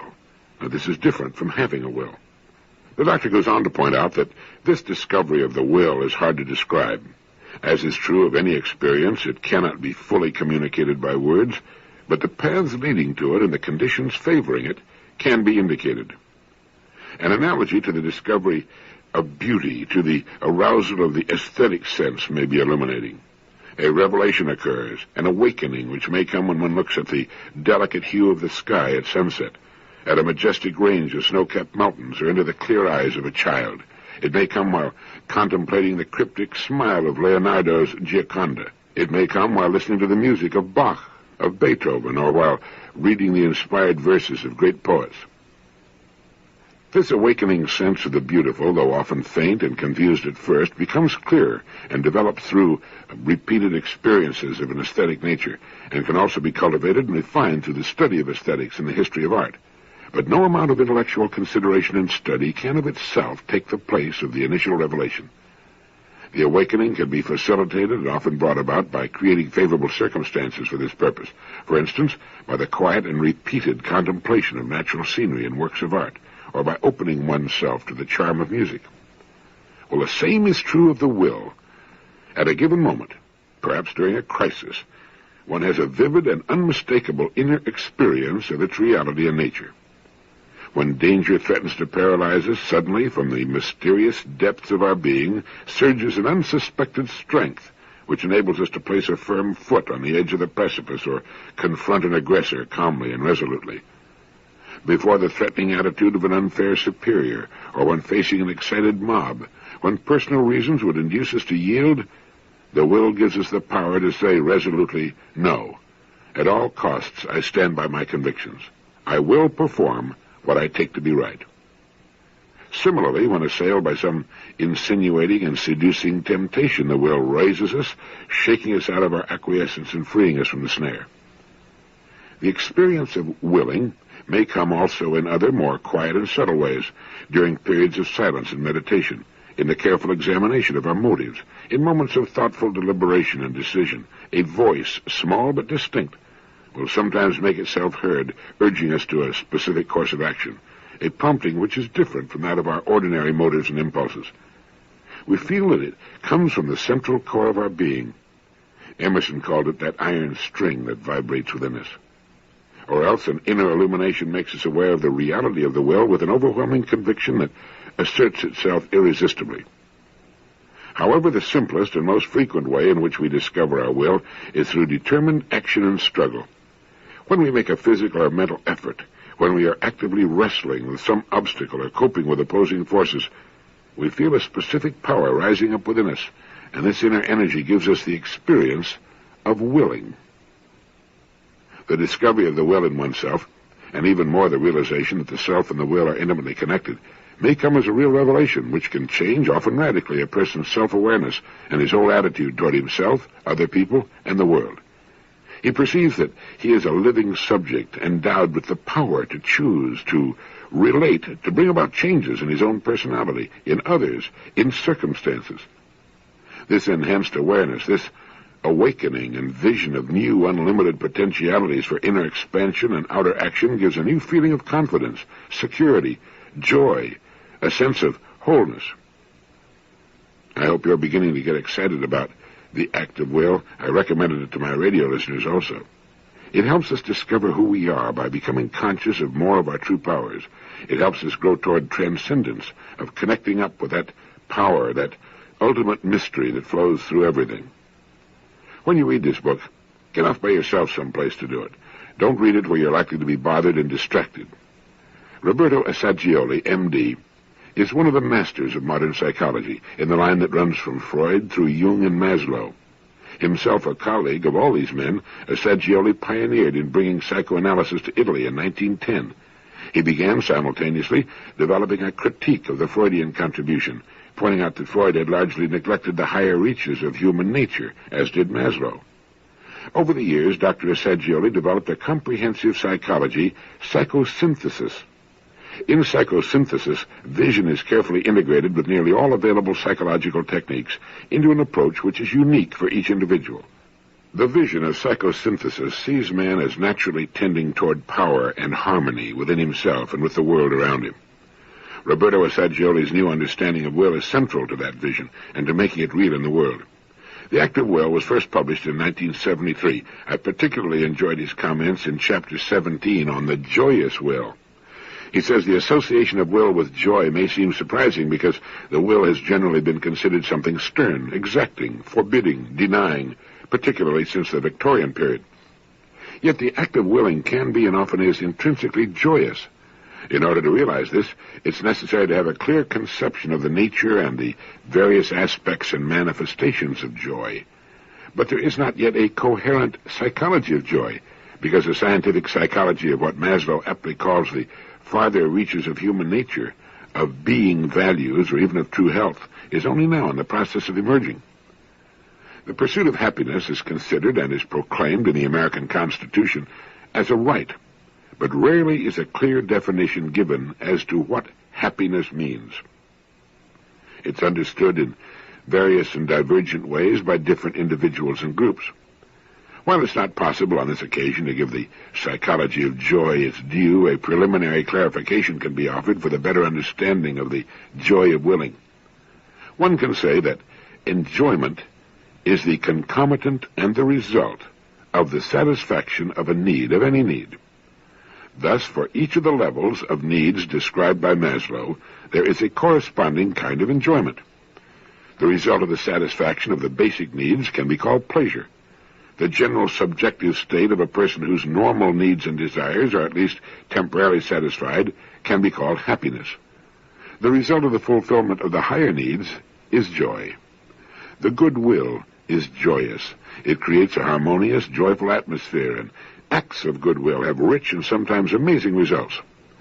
Altruistic, humanitarian activities give deep satisfaction and a sense of fulfilling one's true purpose in life. As an Eastern sage has said, world tasks are like fires of joy. Finally, the full transpersonal self-realization, and even more the communion or identification with universal transcendent reality, has been called bliss. At this point, it's important to recognize that there is no fundamental incompatibility between the satisfaction of all these needs and the consequent enjoyment. Enjoyment of the higher needs does not exclude enjoyment at all other levels. So there you have definitions of enjoyment, pleasure, happiness, joy, and finally, bliss. Something you don't run across every day of the week, right? I made a speech for the IBM people in Florida the other day at their beautiful, big, and impressive headquarters in Boca Raton, and at a luncheon before the general meeting, I had a chance to chat with some of their personnel, engineering, and training people.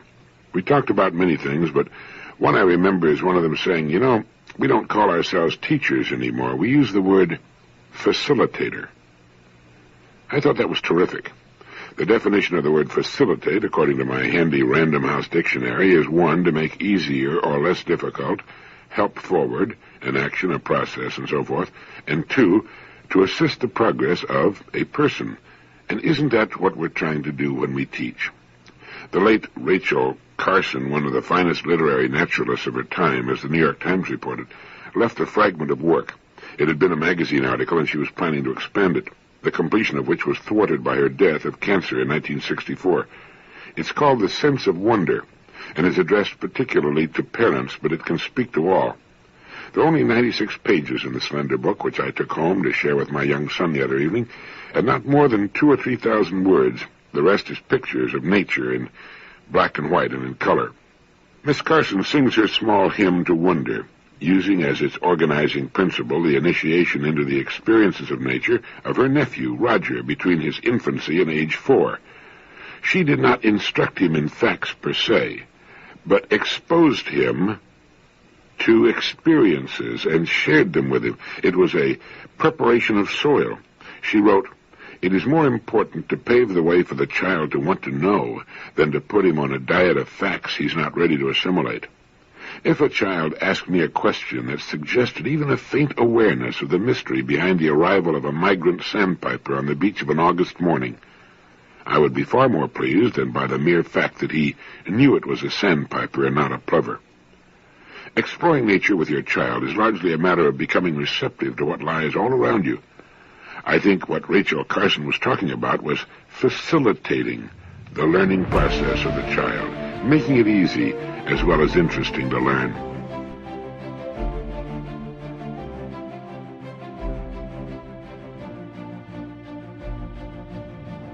Here's a question for you. What happens when the population outstrips productivity? When there isn't enough food to go around? Well, we know what happens because it's happened before in various parts of the world. Paul Ehrlich, in his book The Population Bomb, wrote, "The battle to feed all of humanity is over. In the 1970s, the world will undergo famines. Hundreds of millions of people are going to starve to death in spite of any crash programs embarked upon now." And a newsletter I received from the Environmental Fund quotes William Malloy, professor of anthropology at the University of Wyoming, who says the specter of overpopulation is once again threatening the people of the remote Pacific island, Easter Island. Back in the late 17th century, when the island's population outstripped its productivity, the devastation of war interrupted food production. The established religious aristocracy lost its essentially magical control, and the people degenerated into mutually hostile bands controlled by war leaders. The hitherto efficient economic equilibrium disintegrated. Crops were burned and farmers prevented from cultivating in safety. Cannibalism now became a practical activity, and people were hunted for food. Professor Malloy says what happens on Easter Island in the 17th century may be about to happen again. Since 1877, the island's population has been increasing at the annual rate of 5%. History will likely repeat itself, and anthropologists conclude the only difference being that this time, in line with Ehrlich's prediction, the fate of the Easter Islanders may be indistinguishably merged in a worldwide population explosion. Now, I don't go around the country preaching the possibility of disastrous effects of overpopulation. That's not my subject. But in talking to a group not long ago, I got on the subject and hit on what I thought was a pretty good illustration of what overpopulation can mean. I said the 200 of us in this room tonight are quite comfortable and at ease with one another. We've just enjoyed a good meal, now we're relaxed and comfortable. But let's say we started adding new people to the room. For a while, everything would be all right. But soon, it would begin to get crowded and less comfortable. Finally, if new people kept being added, the crowding would become intense and uncomfortable in the extreme.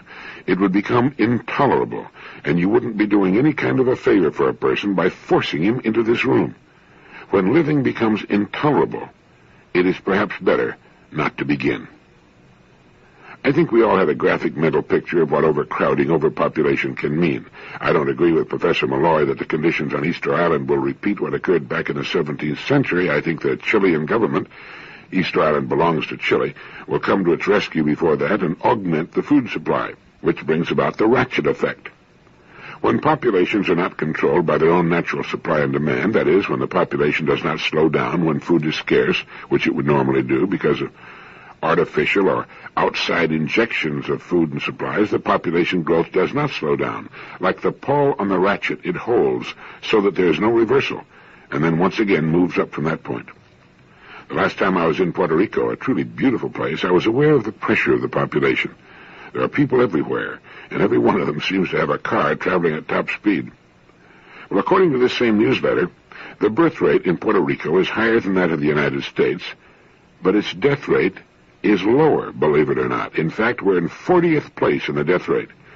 In 1973, the birth rate in Puerto Rico was 24.1 per 1,000, and the death rate was just 6.7 per 1,000, compared with the U.S. average of 15.6 and 9.4, respectively. By next year, it's estimated that approximately 60% of Puerto Rico's population will be under age 25, of which one-third will be less than 13. So conditions in Puerto Rico, which is already more crowded than India or Japan, would not seem to be getting any better. Speaking of the death rate, I don't think you'd ever guess the countries with the lowest death rates. I wouldn't have come close. They're Taiwan and Singapore, with only 5 deaths per 1,000 of population. The United States death rate is 9.4 per 1,000 of population, and here's another surprise for you. Both Canada and Mexico beat the United States in the death rate, which is another way of saying their people are healthier than ours. Canada's is only 7.4, 2 full points better than the U.S. Mexico's is 9, and Mexico is one of the world's population problem countries. We were also beat out by such places as Singapore, Japan, Hong Kong, Fiji, Kuwait, Israel. Lebanon's is only 5, one of the best on earth. Angola in Central Africa is worse, a death rate of 30 per 1,000 of population. You might be faintly surprised to learn that places like the Bahamas also beat the United States, as does Guadeloupe, Jamaica, Martinique, Trinidad, and Tobago. The Netherlands Antilles is just 6, well below ours, and Cuba also reports a figure of 6 per 1,000. Almost makes you want to go live in the Caribbean, doesn't it? Beautiful climate, easygoing lifestyle, and very low death rate. Makes you think that maybe the death rate is affected by such things as climate and lifestyle, which it undoubtedly is. Cyprus beats us too, as do Russia, Yugoslavia, Spain, Greece, and Albania. New Zealand and Australia beat us too. But we beat Denmark, Ireland, Norway, Sweden, and the United Kingdom. England has a death rate of 12, quite high. My old friend Gary Wyron could tell us all about our poor showing in the death rate statistics. My guess would be that our relatively high death rate, 9.4, isn't high. It's just higher than 40-some other countries. And I don't know why we can't lead in that important department, too. My guess would be that there are 2 culprits at work here. One is easy living, not enough exercise, and the other would be poor diet and overeating. Millions upon millions of young Americans have been raised on a diet of soft drinks and French fries, and they're certainly not going to help us improve in the death rate statistics. In fact, our rate will probably worsen. When you have young mothers who, as teenagers, lived on French fries and soft drinks, you can't expect them to educate their own children on good nutritional habits. Add to that the fact that we don't walk anymore, that we tend to soften to death and develop physiques like polyethylene bags filled with chicken fat, and you can begin to understand why the richest country on earth is more than 40 places down the line when it comes to our mortality rate. I remember reading somewhere that Americans eat 97% more food than they require for good nutrition. It would appear that that sort of condition, while much to be desired, has much the same effect on mortality rates that a significant shortfall of food would have. William C. Paddock, a consultant in tropical agriculture, in a letter to the editor of the Washington Post in May of '74, wrote, "Sooner or later, we must realize that we have already lost the race to balance food production and population growth. We thought we could win it during the last decade. From 1962 to 1972, the United States shipped $14 billion in food aid to Africa, Asia, and Latin America. This goodness on our part, justified by bureaucratic assurances that our government would somehow or other pressure these areas to produce more food and fewer children, has in no way minimized the threat of famine at the present time. In other words, the world is less able to cope with a food crisis today than it was before the massive outpouring of food aid. That's because of the ratchet effect I mentioned earlier." In a recent issue of Manus, October 16, 1974, Norman Podritz, the editor of Commentary, is quoted. He wrote, "I believe that issues exist. It is an issue that our society still lives by success conceived in terms of status or money, and that the pursuit of success encourages the development of the worst human qualities and strangles the best. It is an issue that the curiosity of our children wastes away daily in the schools. It is an issue that work provides no satisfaction for the great majority of Americans, whether they sit at machines or behind desks. It is an issue that the air is filled with lies, that public speech has lost all connection with reality. It is an issue that everything we get costs too much money, too much energy, too much spirit. These are not issues that will be raised in any presidential election, but then so much the worse for presidential elections. Intellectuals do raise them from time to time, but in a mechanical way, as though they had trouble remembering what once burned fiercely in their souls, a vision of what a decent human life on this earth might look like, and could only remember their bitterness at the refusal of others to share in the vision. Do intellectuals wish to change the world? Then let them work on the consciousness of the age and forget about parties and movements. Let them attend to their dreams of the good life and the good society, he writes, while others fret about pushing bills through Congress or winning votes in elections.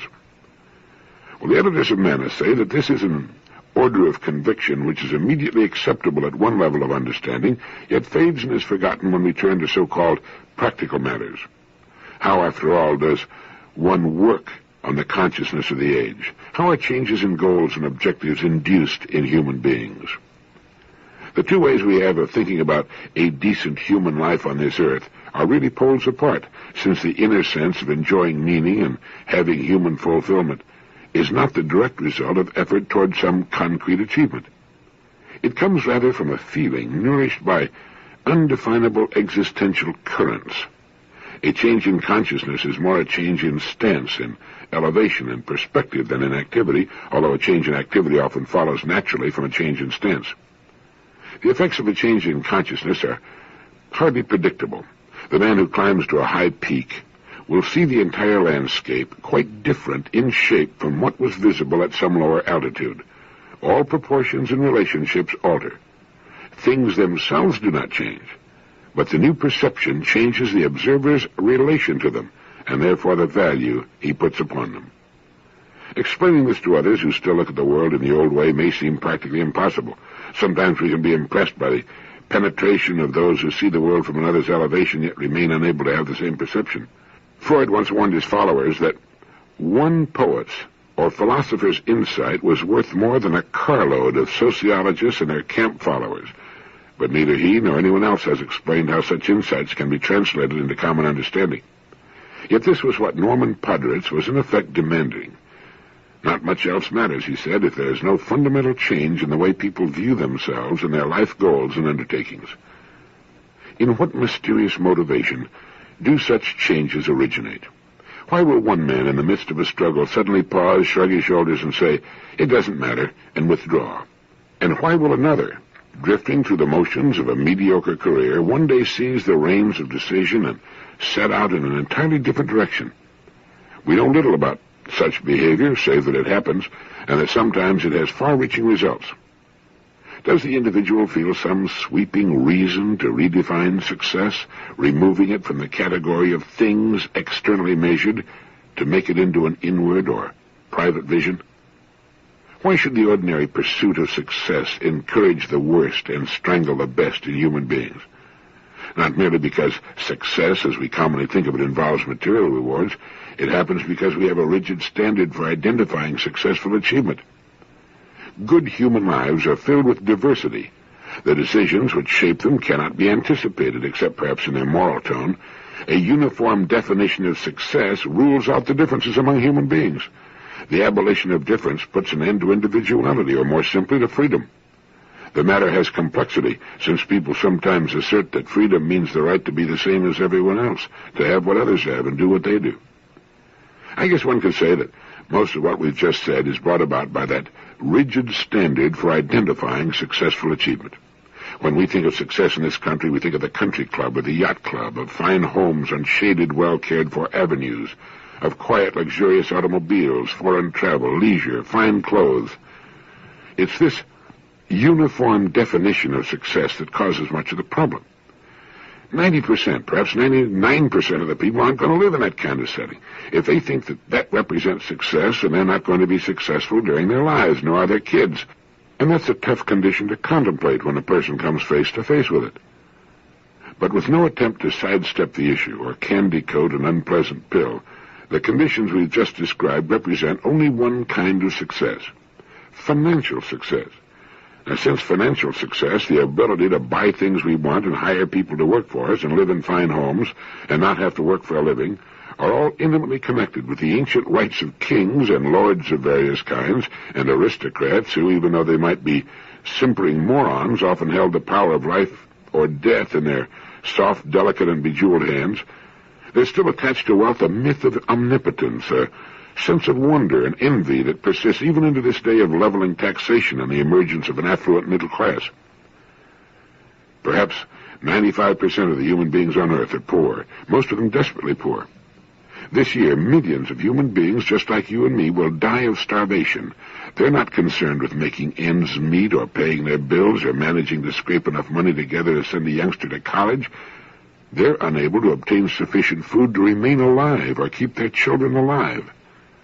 To such people, an American unemployed migrant worker is rich. One of the major concerns of our time, ranking with such problems as the survival of the human species, is how to provide a decent life for such people, regardless of where they're born or happen to live. A person shouldn't be condemned to die and watch his family die around him because of an accident of birth, because he happens to live in Chad or India or on an American Indian reservation or any place. A child is just as precious to such a mother or father. Life itself is just as dear. What is success to such a family? To any member of such a family?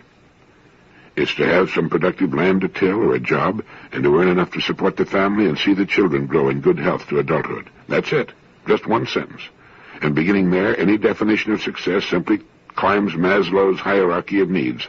It begins with the physical needs: air, water, food, shelter, and sleep, moves up to the propagational needs: sex, children, parental love, then to economy of effort, then to security, and then into the so-called meta-needs: self-esteem, social acceptance, love, belongingness, then to freedom, justice, order, purpose, achievement, then to such higher human needs as faith, beauty, goodness, truth, into the spiritual and aesthetic needs, and finally to happiness, and finally to self-actualization. Financial success doesn't mean that we will climb that ladder all the way to the top or even get close to the top. It might, but generally no. A person with a lot of money might seek any level on that chart, which we've printed for you in the text accompanying this tape cassette, but the fact that he has achieved financial success or inherited or whatever, while a nice condition to have achieved or be in possession of, does not indicate necessarily that he's also achieved any of the meta-needs. It doesn't guarantee freedom or justice or order, nor, as the old cliche has it, happiness. A definition of success I've long felt comes very close to the mark is the one I used in my Strangest Secret recording. Success is the progressive realization of a worthy ideal. It means that we are successful, and incidentally happiest, when we're moving towards something we want to bring about, especially when that something is worthy of us as persons, as members of the human race. I can conceive of a person working toward a worthy ideal and still being unhappy because of incidents or conditions in his life, the death of a loved one, the breaking up of his or her marriage, physical conditions, but it still holds together, I think, as a definition of success. It will apply to the starving as well as the most affluent. It will apply to people in every walk of life, to the young and the old. It has nothing to do with IQ or degree of education or place of birth. It simply means that the successful person is that person who has an ideal in his mind toward which he's moving. It doesn't mean he'll ever reach it. We are seldom completely satisfied with our work, whether it's a novel, a piece of music, or an end table. But in moving toward that ideal, whatever it is, we achieve a great deal. We achieve a sizable measure of our goal. Quite often we do reach it, as the child moves toward completing his education, or we marry the person we want to marry, or manage to reach the income we've set for ourselves. People with goals tend to achieve them. It's self-fulfilling prophecy, something we see about us every day of our lives. But the higher we reach on Maslow's hierarchy of needs, the more difficult the achievement becomes. These achievements move into the realm of divergent problems, problems we simply live with and never truly solve in the sense that we can solve simpler problems. But that's good. We don't want to completely solve all of our problems, achieve completely all of our aspirations, then we'd have nothing more toward which to move and grow. As Candide tells us, we need to cultivate our garden. The need to work in a garden never ends. It is never complete, never finished. David McCord, the poet and essayist, in a commencement address at Colby College, Waterville, Maine, had something to say on how to make a good book really your own. He said, "I've never forgotten the excitement of that moment when I learned how to make a book utterly my own, not yours or the next fellow's, but mine.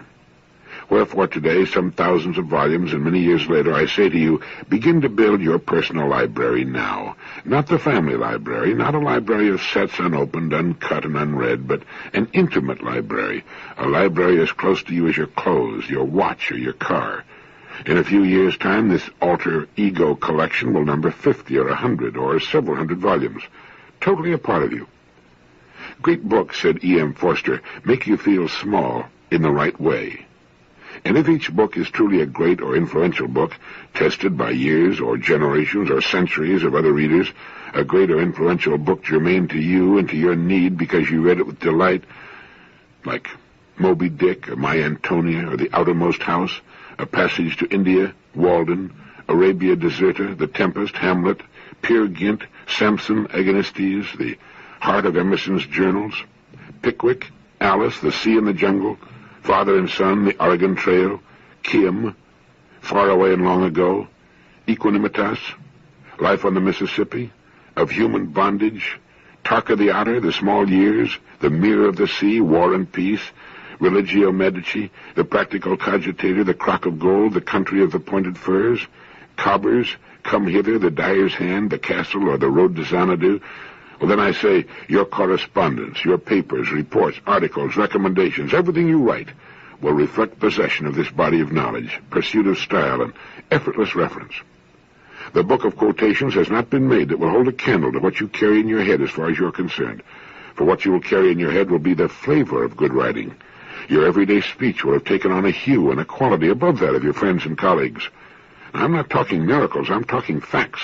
For example, as your daily intake of mail increases over a decade, and you will wish it would not, you will find, as I have found, that it is a lucky morning when one unfolded letter rests on the top of the pile because it is flawless in composition, correct in punctuation, original in voice, engaging in tone, compelling by enthusiasm, yet dismaying in the thought that you have not the wit to answer it in kind. But when you have answered it, have cheerfully sweated over every paragraph, you will be cheerfully surprised to discover that reading with a pencil has taught you the truth of what Mark Twain observed somewhat ahead of us. The difference between the right word and the nearly right word is the difference between lightning and lightning bug. Dr. Robert B. Greenough, the cancer surgeon, once received the perfect bread-and-butter letter after a house party he had given on Cape Cod. "Dear Bob," wrote Mr. C.F. Weed, a graduate of Trinity College, "some parties deserve a letter, some don't. Yours does. Here's mine." Well, these are the right words. They're not rude words, and not one of them can be deleted. Right words also are these from another source. If ever I can do anything to help you, hesitate to ask me. One thing more. I advocate what Professor Reuben Brower of Harvard proposes in a book called In Defense of Reading. Slow down the process of reading to observe what's happening to the words, their uses, and their meanings. Speed reading, useful to an editor or scholar in search of something in particular, has no more place in your cultural growth than a book club. Slow down. Read the way a poet does, to taste, to reflect, and to savor. Hunt the second-hand bookstores and zero in on the right books for you the way we used to line a bee tree out in Oregon by triangulation. When several critics or friends with a trusted background of learning say at different times, "You've never read Erskine Childers' The Riddle of the Sands?" Well, go out and find it. I'm no sailor of small boats, but that's precisely how I came upon The Riddle of the Sands, as you may also, a breathtaking adventure with this classic in its field. Be not otitious, living on one book. Be alert in your diversity. At the beginning of his essay, David McCord writes, "Many of you have surely noticed in your reading in the past few months an increasing use of the word autodidact.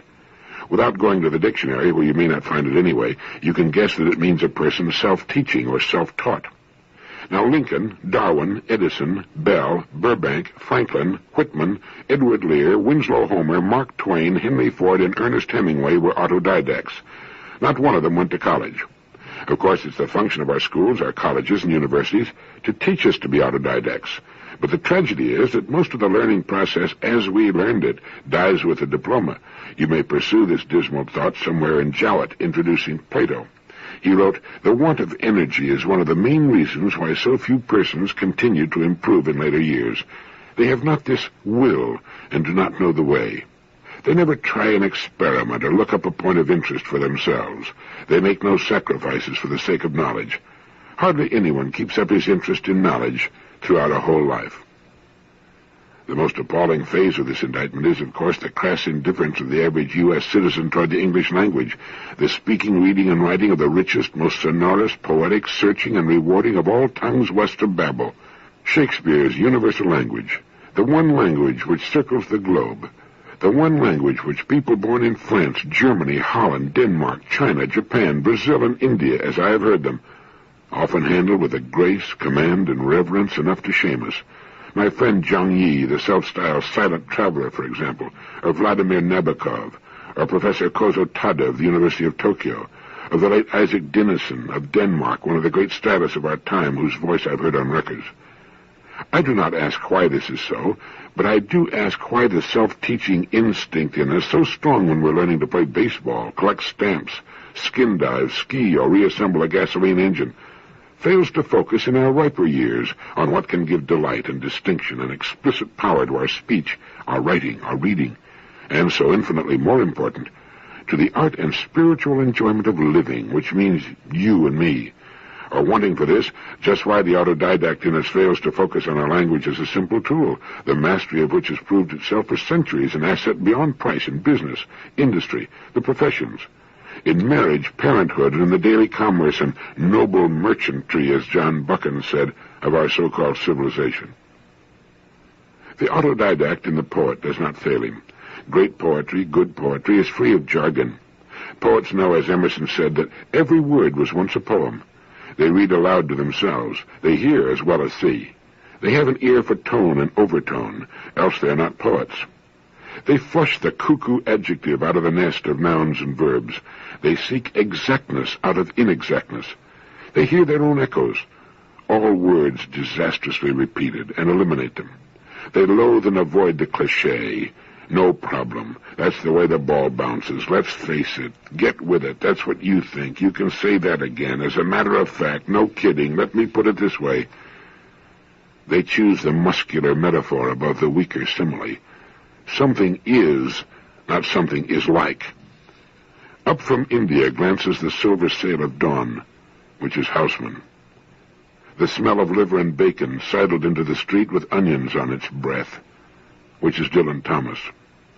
Poets are masters of precision, the précis. Every poet worth his salt gets the essential shiver down the backbone at sight or sound of the inevitable distilled in the alembic. I have seen old ships sail like swans asleep beyond the village which men still call Tyre. When I was an undergraduate, uneasy in determination to become a physicist, I took very lightly the solemn counsel of Professor Charles T. Copeland, Copey of Calais, Maine, that reading poetry and trying one's hand with poetry was the best and for many people the only way to learn to write responsible, respectable, persuasive prose. By the time I reached the graduate school and was listening to Professor John Livingston Lowes at the peak of his power in that vast and thrilling study of Coleridge, which he subsequently called The Road to Xanadu, I knew that Copey was right. But if poetry was important, so was poetic prose itself. Professor Lowes was a stylist with a powerful sense of drama and detection. It was this 5-foot giant with a booming voice and occasional outbursts of choleric temper who urged upon us the art of reading with a pencil, not to disfigure a book with schoolboy underscoring, a book, of course, for which we had paid good money, but to put a small vertical line in the margin opposite the significant sentence, word, or paragraph, and to write on a blank page at the back, the folio, or whatever, quote the word, phrase, or sentence in question, make a note of our dissent if we differed, or a comparison with, or a parallel to something else if we had a comparison or a parallel available, or an extension of an idea if we could extend it. A page or two of such notes, and the heart of the volume is yours forever. And that's how David McCord suggests you learn to make a book completely your own. Write a page or two of notes on the book, and you have the heart of it. And I think we should remember his admonition, if we're not already well on our way, to start that personal library now. Not the family library, not a library of sets unopened, uncut, and unread, but an intimate library, a library as close to you as your clothes. Thank you.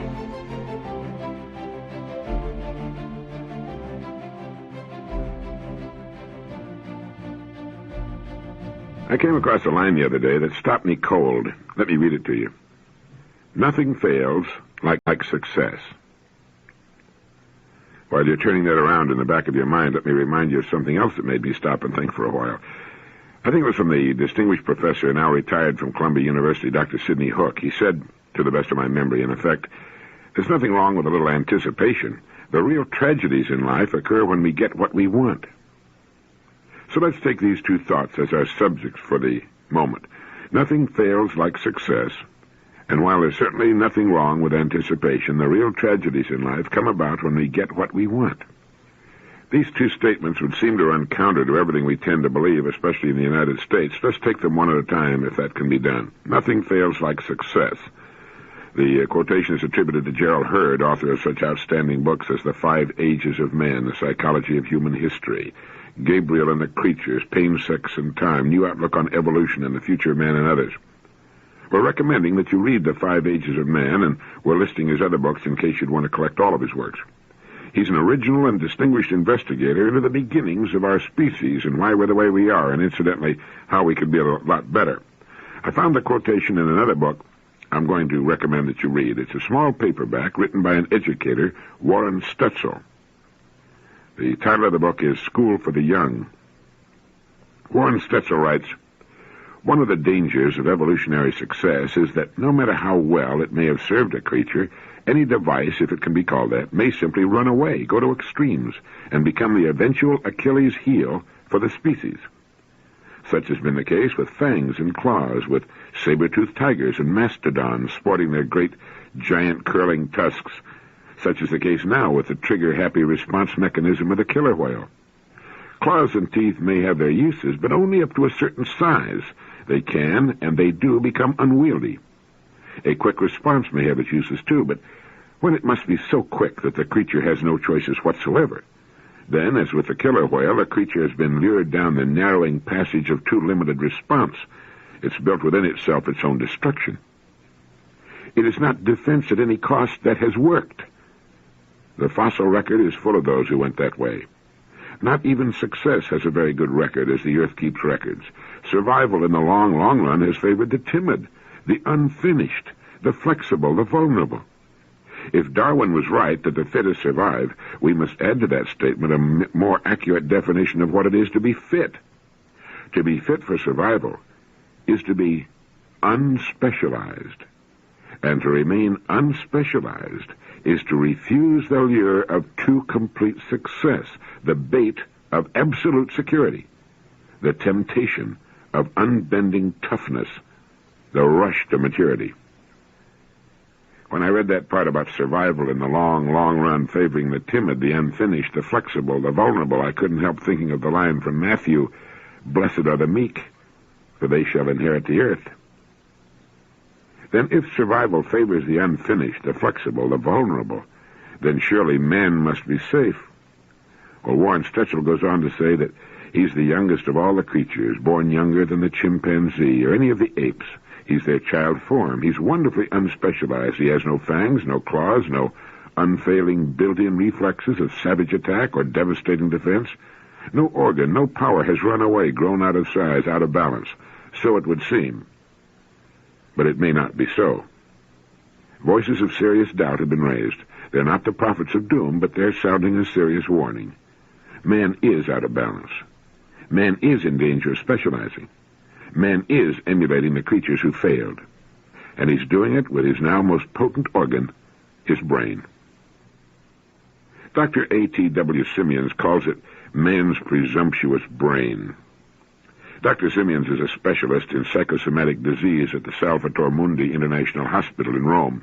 His book received international acclaim when it appeared in 1961, presenting a theory which explains psychosomatic diseases in terms of evolutionary stresses. It's no doubt common knowledge today that Psychosomatic factors are more common than any other in our illnesses and in our deaths, yet they trouble no other species. Even contagious diseases, Dr. Simeons found, may depend upon psychosomatic factors for their spread. Cholera serves as an example. The microbe which causes cholera is killed almost instantly by acid as strong as normal stomach acid. Cholera, which thrives in the alkaline condition of the small intestine and accomplishes its killing business there, should not be able to pass through the acid stomach. But it does, and the reasons are psychosomatic. Fear and panic shut off the flow of acid in the stomach. Those most fearful of the cholera, most fearful of the death it may deal, become its victims. In an Asian epidemic, those too young to understand or too old or wise to panic have the best chance for survival. Millions of years ago, first around the olfactory sense and then later serving the other senses, two new lobes of brain tissue began to develop. Unlike the early reptilian brain to which they were added, they did not control the basic functions of the creature, such things as breathing, digestion, instincts. They had quite another function, and it can be summed up in one word: censorship. They would intercept irrelevant sensory messages. To varying degrees, this new brain development is present in every mammal. It's what we call the cerebral cortex, and in man has grown to be the overwhelmingly predominant part of his brain. To serve well, the new censoring center had to have a memory, and with memory, a system for handling associative processes. The creature had to be able to remember, now that it had moved into the trees, that, yes, that critter used to be a threat, but not now. Of course, it was not really like that, but leave out the language and the sensory message. After it had run through the new censoring center, came out with the same directive. The tree creature could go back to sleep. Eventually, he might not even wake in the first place. The capacity for combining experiences developed. With effective censorship came what we recognize today as the ability to learn. It resulted in conscious perception as against unconscious response. It gave to us, man, the possessors of the supreme censoring center, our memory, power of association, a kind of learning, and reasoning. Now, still intact beneath this giant cortex, a cortex with enough brain tissue in its folds and creases that, if stretched out, it would enclose a barrel. Still intact beneath it is the primitive brain stem. And Simeons points out that you could remove the massive cortex, and if the surgery were skillful enough, and if shock were not fatal, the human being would remain alive. Breathing would continue, as would digestion and elimination. The eyes would blink if an object passed too close, but the person would not see what passed before his eyes, and he would not be conscious of his functions. His skeletal muscles would move in response to heat or touch, but the person could not move them. If, however, you were to remove the much smaller brain stem, then, of course, death would be instantaneous.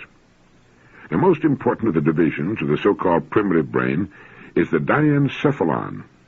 Now, how important it was for physical functions we may have had some notion in the past, but the real inquiry into the diencephalon is just now blooming. Dr. Gene Pfeiffer of the University of Kansas predicts that research concerning the diencephalon is likely to become the major brain research over the next 10 years. Why? It's because the diencephalon is the center for all regulatory adjustments.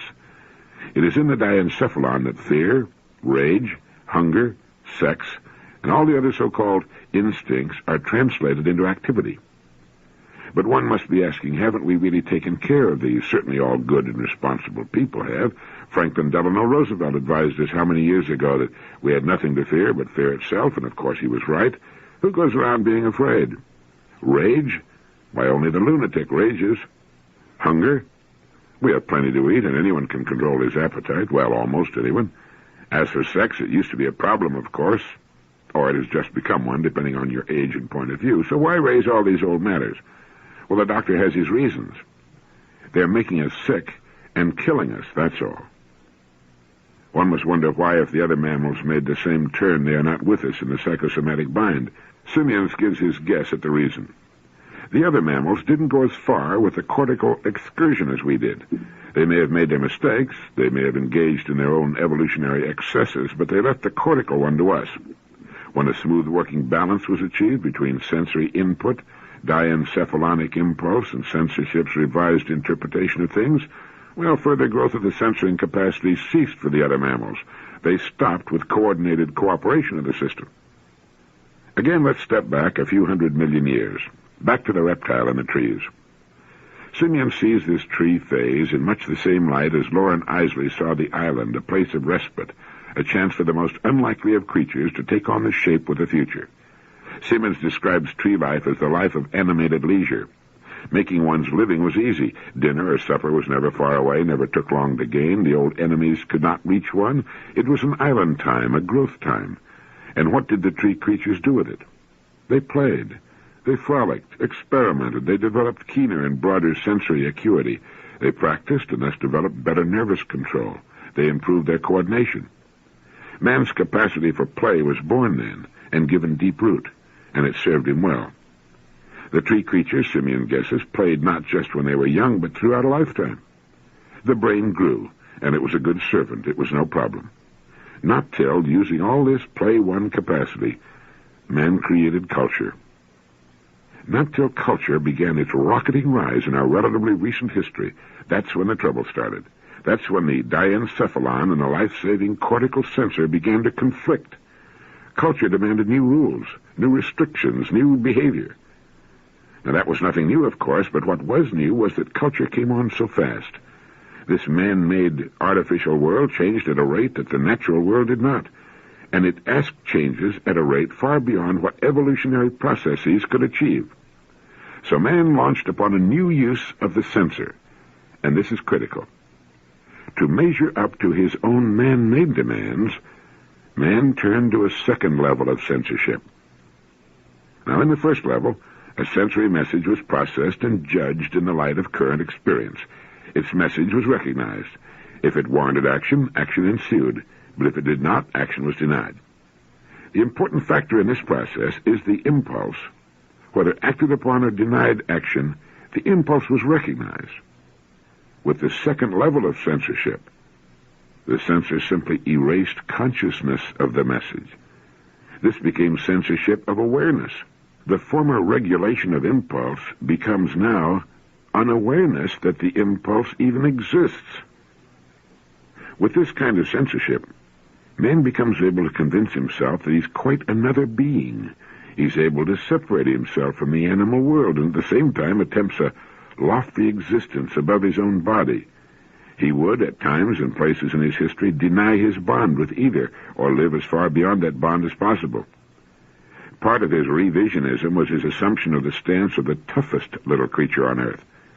We know from the evolutionary studies that his distant origins are in some of the most timid of all creatures. The psychophysical makeup he bears today is, at its deepest levels, the one he inherited from them. So contrary to his evolutionary past was man's new claim to ferocity, that he had to devise tools to accomplish his new tasks of murder and mayhem.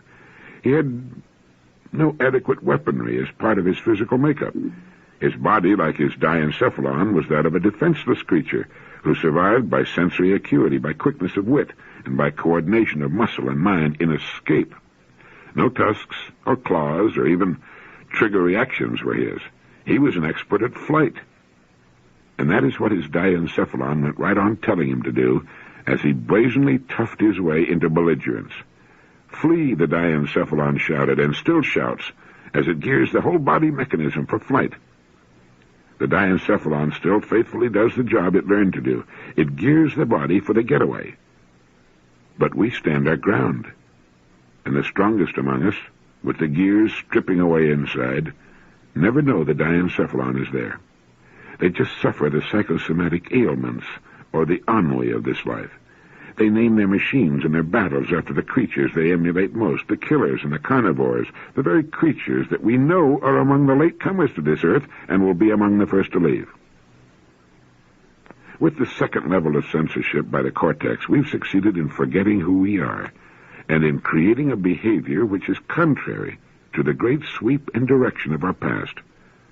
Late into the competition, without flesh-formed weaponry, we have put on what Hans Haas in the book The Human Animal convincingly describes as artificial limbs and organs. All our tools and weapons, all the devices by which we extend our power and activity. Late into the competition, without the split-second offensive or defensive reaction, we've built mind machines to program our violent response. Our modern defense systems are the very epitome of killer whale mentality, and they have the same prospects for long-range viability for survival. Like the killer whale, the military machine today strikes where the electronic sensor reveals a twitch of life. It strikes with a vengeance it does not see, and the men who run it do not feel. It is all automated, just like the killer whale. It's all so cool and right. But the diencephalon does not see it that way. The diencephalon cannot see it that way. The diencephalon never will be able to see it that way. And the diencephalon's revolt is underway. Because of the extreme success of our second level of censorship, which obliterates consciousness of inner needs and objections, the single greatest mystery to modern man is himself. So effective is his censorship that even when he wants to know and feel his own body, he cannot. The voice of his spirit fares no better than his silenced body. It can rarely get past the censor. But, Warren Stetzel writes, this is changing. We are beginning to understand that however one may dominate his total self with his own little dictatorship, his interior ego, cortical complex, this dictatorship is like all the rest. It sits upon a mounting and inevitable and irrepressible revolt. The cortical censoring capacity and tendency seems now to have reached a peak of development, a development that is so out of balance, so unmatched by other powers in us, that we find ourselves in as bad a crisis as man has ever faced. We live today in the time when the censor analyst in us takes everything apart. When left to its own devices, it opens and finds meaningless every bond, every decency, every value, every restraint. It exploits childhood and resents youth and dreads old age, and drives the final wedge between mind and body. Well, that was a long quote, but I couldn't find any way of shortening it and still maintain its meaning. I suggest you order a copy of the book School for the Young. It's a paperback from Mr. Stetzel. You'll find it listed in our recommended reading list, and that you let it stretch your mind the way it has mine. If we've become our own worst enemies, censoring out the best part of life, we want to know about it and to try to do something about it. We can perhaps find our island time again. Nothing fails like success carried too far into too narrow a specialization. It can make us grotesque, and it can kill us off. Now back to Professor Sidney Hook's comment that while a little anticipation is a good thing, the real tragedies in life come about when we get what we want. Like our first quotation, it's a generalization. Certainly achieving some of the things we've set our hearts upon brings us great happiness and fulfillment. Getting married to the person we love, watching a youngster graduate from school, buying the home we've dreamed of for so long, a raise in pay, these personal things like Christmas morning are wonderful. But what he had reference to, I believe, ties in with what Mr. Stetzel has to say in his book School for the Young. We thought an advanced technology would provide the answers to our dreams. It hasn't. We thought it would bring about more leisure and a kind of beautiful civilization. It hasn't. We've kept thinking over the centuries that as each new and more terrible weapon was invented, that it would at last put an end to war, which was another way of saying, since we've got the weapon, we can rule the world, or at least hold it in a kind of subjection. But each new weapon has quickly proliferated around the world and made each succeeding war more devastating, more cruel and costly. And finally, when we at last harnessed the energy of the sun itself, we felt that in this bright new atomic age, ushered in by the incineration and maiming of hundreds of thousands of helpless and innocent victims, we would at last find a millennium of peace and prosperity and abundance, especially following so auspicious and well-produced mass human sacrifice, only to find ourselves cowering in backyard bomb shelters and involved in a frenetic worldwide race to produce more and even more deadly weapons of destruction. Today, as I speak these words, the world stands in perhaps worse shape than it has ever been in before. We're daily and systematically killing the great breeding oceans of the world, now that we've finished off most of the lakes and rivers. Everywhere on earth, men and women are at odds with each other, and millions live in a perpetual state of poverty and starvation. Most of the people on earth live in ugly, teeming cities, breathing toxic, polluted air. We've achieved everything we've set our hearts upon. And as Professor Hook commented, while there's nothing wrong with a little anticipation, The real tragedies occur when we get what we want. It's obvious, isn't it, that we've wanted the wrong things? We've meant well, as a rule, but as Warren Stetzel put it, we've been overriding our natural instincts and tendencies, telling ourselves we're something we're not. Anticipation we need, it's what keeps us going. It gives interest and challenge and excitement to our lives. Life wouldn't be much without anticipation, without goals toward which to struggle, but what shall our goals be? Someplace in the book School for the Young appears a line I made a note of. It goes, "The graceful living of a life from birth through death in a world we love and preserve." Isn't that what we want for our children? A graceful life from birth through death in a world we love and preserve. Isn't that about it? Getting back to Warren Stetzel's book again for a moment, let me repeat just that one part that goes, "No tusks or claws or even trigger reactions are his. He was an expert at flight." And that's what his diencephalon went right on telling him to do as he brazenly toughed his way into belligerence. "Flee," the diencephalon shouted, and still shouts as it gears the whole body mechanism for flight. The diencephalon still faithfully does the job it learned to do. It gears the body for the getaway. But we stand our ground, and the strongest among us, with the gears stripping away inside, never know the diencephalon is there. They just suffer the psychosomatic ailments, or the ennui of this life. They name their machines and their battles after the creatures they emulate most, the killers and the carnivores, the very creatures that we know are among the latecomers to this earth and will be among the first to leave. A child stands terror-stricken at the prospect of a fight. Everything natural within him is screaming for him to get out of there, to run, to get back in a tree where he'll be safe. But his father, his society, his recently invented culture tells him to stand there. Fight, be a man, don't be a coward. You don't have the fighting equipment of a shrew, but fight anyway. Fight and lose, or fight and win, but fight. How did we get on the wrong track to that second level of censorship, the censorship of awareness? Well, as Warren Stetzel writes, because of the extreme success of our second level of censorship, which obliterates consciousness of inner needs and objections, the single greatest mystery to man is himself. And so effective is his censorship that even when he wants to know and feel his own body, he cannot. The voice of his spirit fares no better than his silenced body. It can rarely get past the censor. I think this is important information, don't you? I think just knowing that second level of censorship is there can help us know ourselves better and have more confidence in the inner impulses that try to get through. There's nothing shameful or cowardly about not wanting to fight. It's as natural to us as breathing.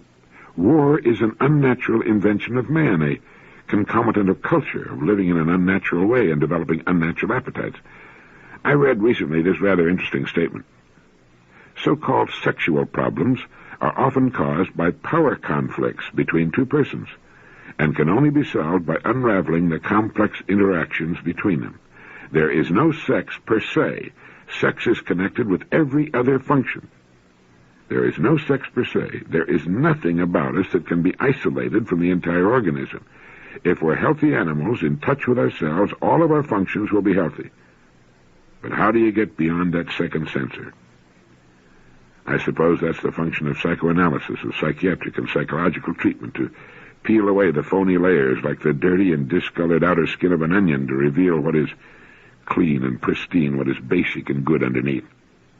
So it would seem that culture carries with it pollutants of an unexpected kind, pollutants of the psyche, which stem from the overdevelopment of our cerebral cortex, like the great self-destructive fangs of the saber-toothed tiger or the painfully involuted tusks of the warthog. Our most successful evolutionary achievement is turning on us. Nothing fails like success.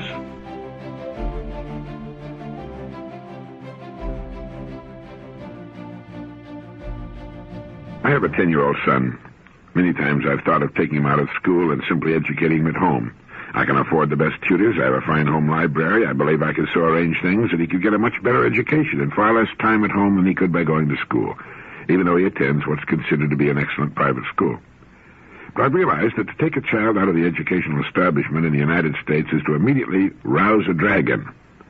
The educational establishment zealously protects its mandate and monopoly. Indications that you might be able to do a better job simply because you could bring more concentration and more personalized teaching to bear fall on deaf ears. The system wants its children. Billions upon billions of dollars depend upon it. Millions of jobs, in fact, the largest industry in the country. Well, there's a book on radical views of compulsory schooling edited by William F. Rickenbacker entitled The 12-Year Sentence. It's a major attack upon compulsion in education by a group of discerning scholars and attorneys. Compulsory schooling is a relatively recent idea, but it is now embedded in the laws of all the states where it causes endless mischief. It's a boon to educationists, but grief to dissenters and taxpayers, and it poses some interesting questions. For example, what do you do if you're an Amishman and believe that most education offends God? What do you do if you're a Christian Scientist and the public schools require your child to be vaccinated before he can attend classes? What do you do if you believe in a biblical version of the creation and your children are taught Darwinian ideas?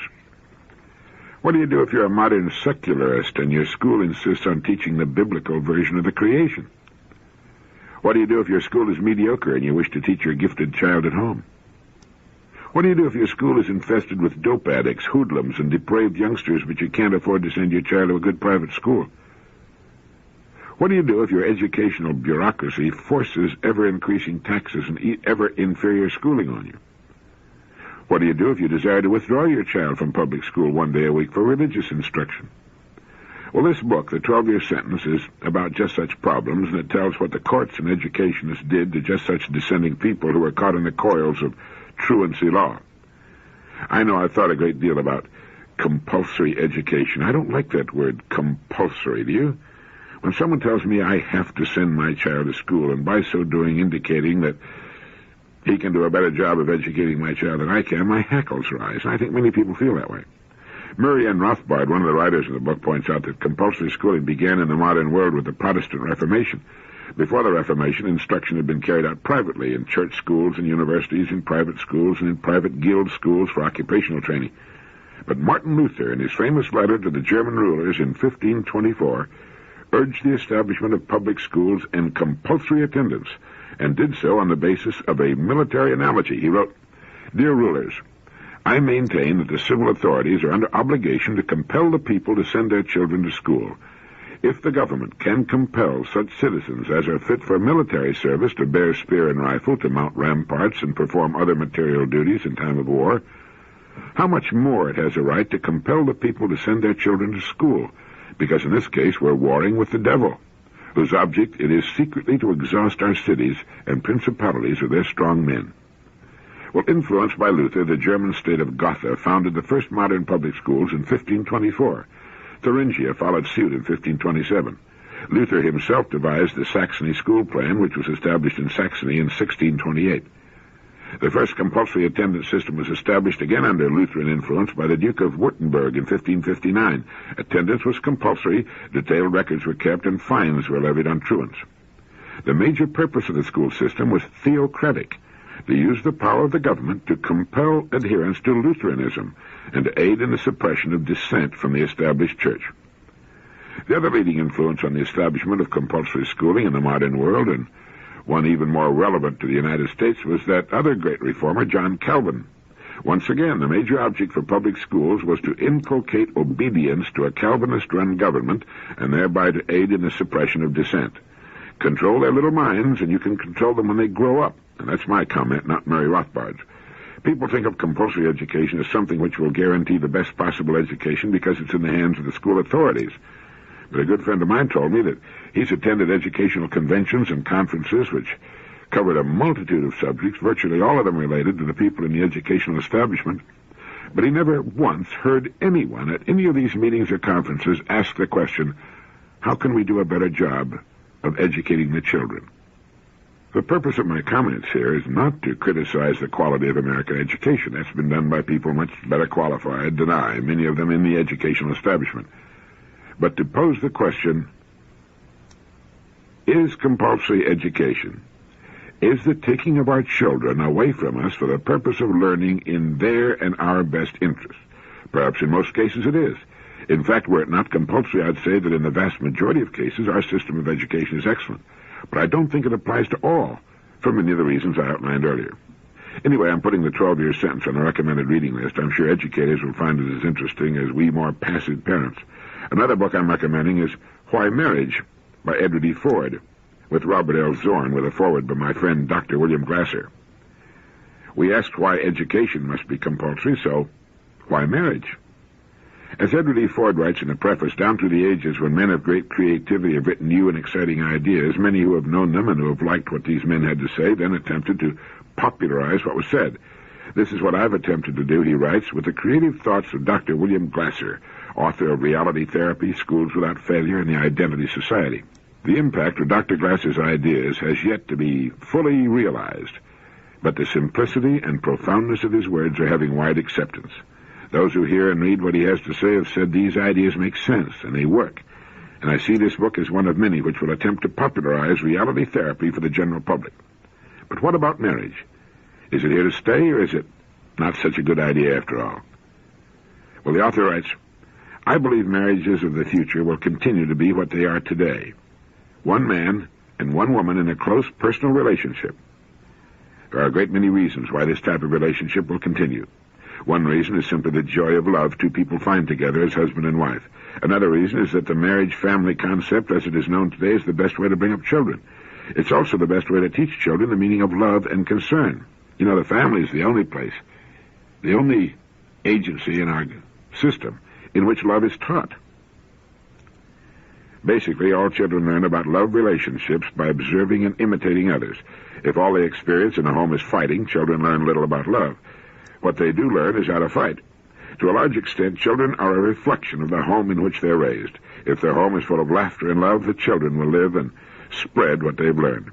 Anyway, I think you and your spouse will enjoy reading Why Marriage.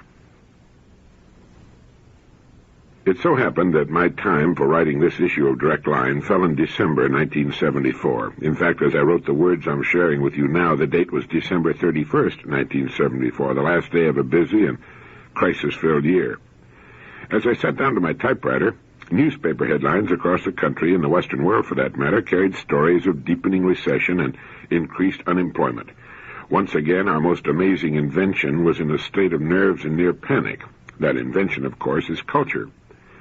Sociologically speaking, culture, according to my excellent Random House Dictionary, is the sum total of ways of living built up by a group of human beings and transmitted from one generation to another. The sum total of ways of living, but the human way of living, an invented, a contrived, a different way of living from that with which we were originally endowed. That's what makes it shaky at times. Culture is an invention. It's something we consider to be an improvement over the so-called natural way in which we found ourselves, living in the forests and savannas, living off the bounty of nature, as do all other so-called wild creatures on Earth. Much of human culture rests upon economics. Staying with my Random House Dictionary, economics is the science dealing with the production, distribution, and consumption of goods and services, or the material welfare of mankind. Without material welfare, everything else tends to break down. As a species, it's too late to return to the forests, savannas, and beaches, to that island time of which Mr. Stetzel writes in his book School for the Young. We've been too long gone from that kind of existence. It's as Thomas Wolfe once put it, you can't go home again. Evolutionally, we've burned our bridges behind us, and we stand today on the continent we've chosen. There's no going back, even if we wanted to, and you'd be hard-pressed, I think, to find many who'd even want to go back. We invented culture, we invented economics, and even called it a science, believe it or not. E.F. Schumacher, in his book Small is Beautiful, states that economics is not a science at all, but rather an imperfect art form with which we continue to struggle as we search for stability. But what does all of this mean to you and me? Well, certainly we as persons can't do much about global economics and stability of human culture. Well, to an extent, we can do something about it. We can make certain that the organization of which we are the head, our family, and in many cases our business firms, are in good economic order. If the economic order is good, that which is built upon it, culture, this business of living as intelligent and civilized human beings and doing some of the things we like to do, is possible. If the economic base is bad, the entire hierarchy of things which make culture culture tends to collapse, and everything becomes very primary again, very primitive. It becomes a matter of food and shelter. And when staying alive and out of the elements become the primary considerations of the human creature, much of what makes him human tends to fade. The first thing to disappear when you're hungry is your sense of humor, and when you're struggling for survival, the good of the species becomes academic. But let's keep economics in its place. Things seem to be in a state of turmoil, and whenever this happens, I dig down for basics. Now, we have them with the facts of culture and economics, with those very human inventions which we shall consider to be basically good as starting points. Where do we go from there? For answers of this kind, you simply cannot do better than to go back to that ugly philosopher, Socrates, son of a stonecutter and a midwife, enormously strong, very brave, charming, and brilliant. He believed that success could never be more than a short-term affair unless it was founded on logical truth and moral right. He told us what the most prized possession is, the one good and the one evil. Do you remember what they were?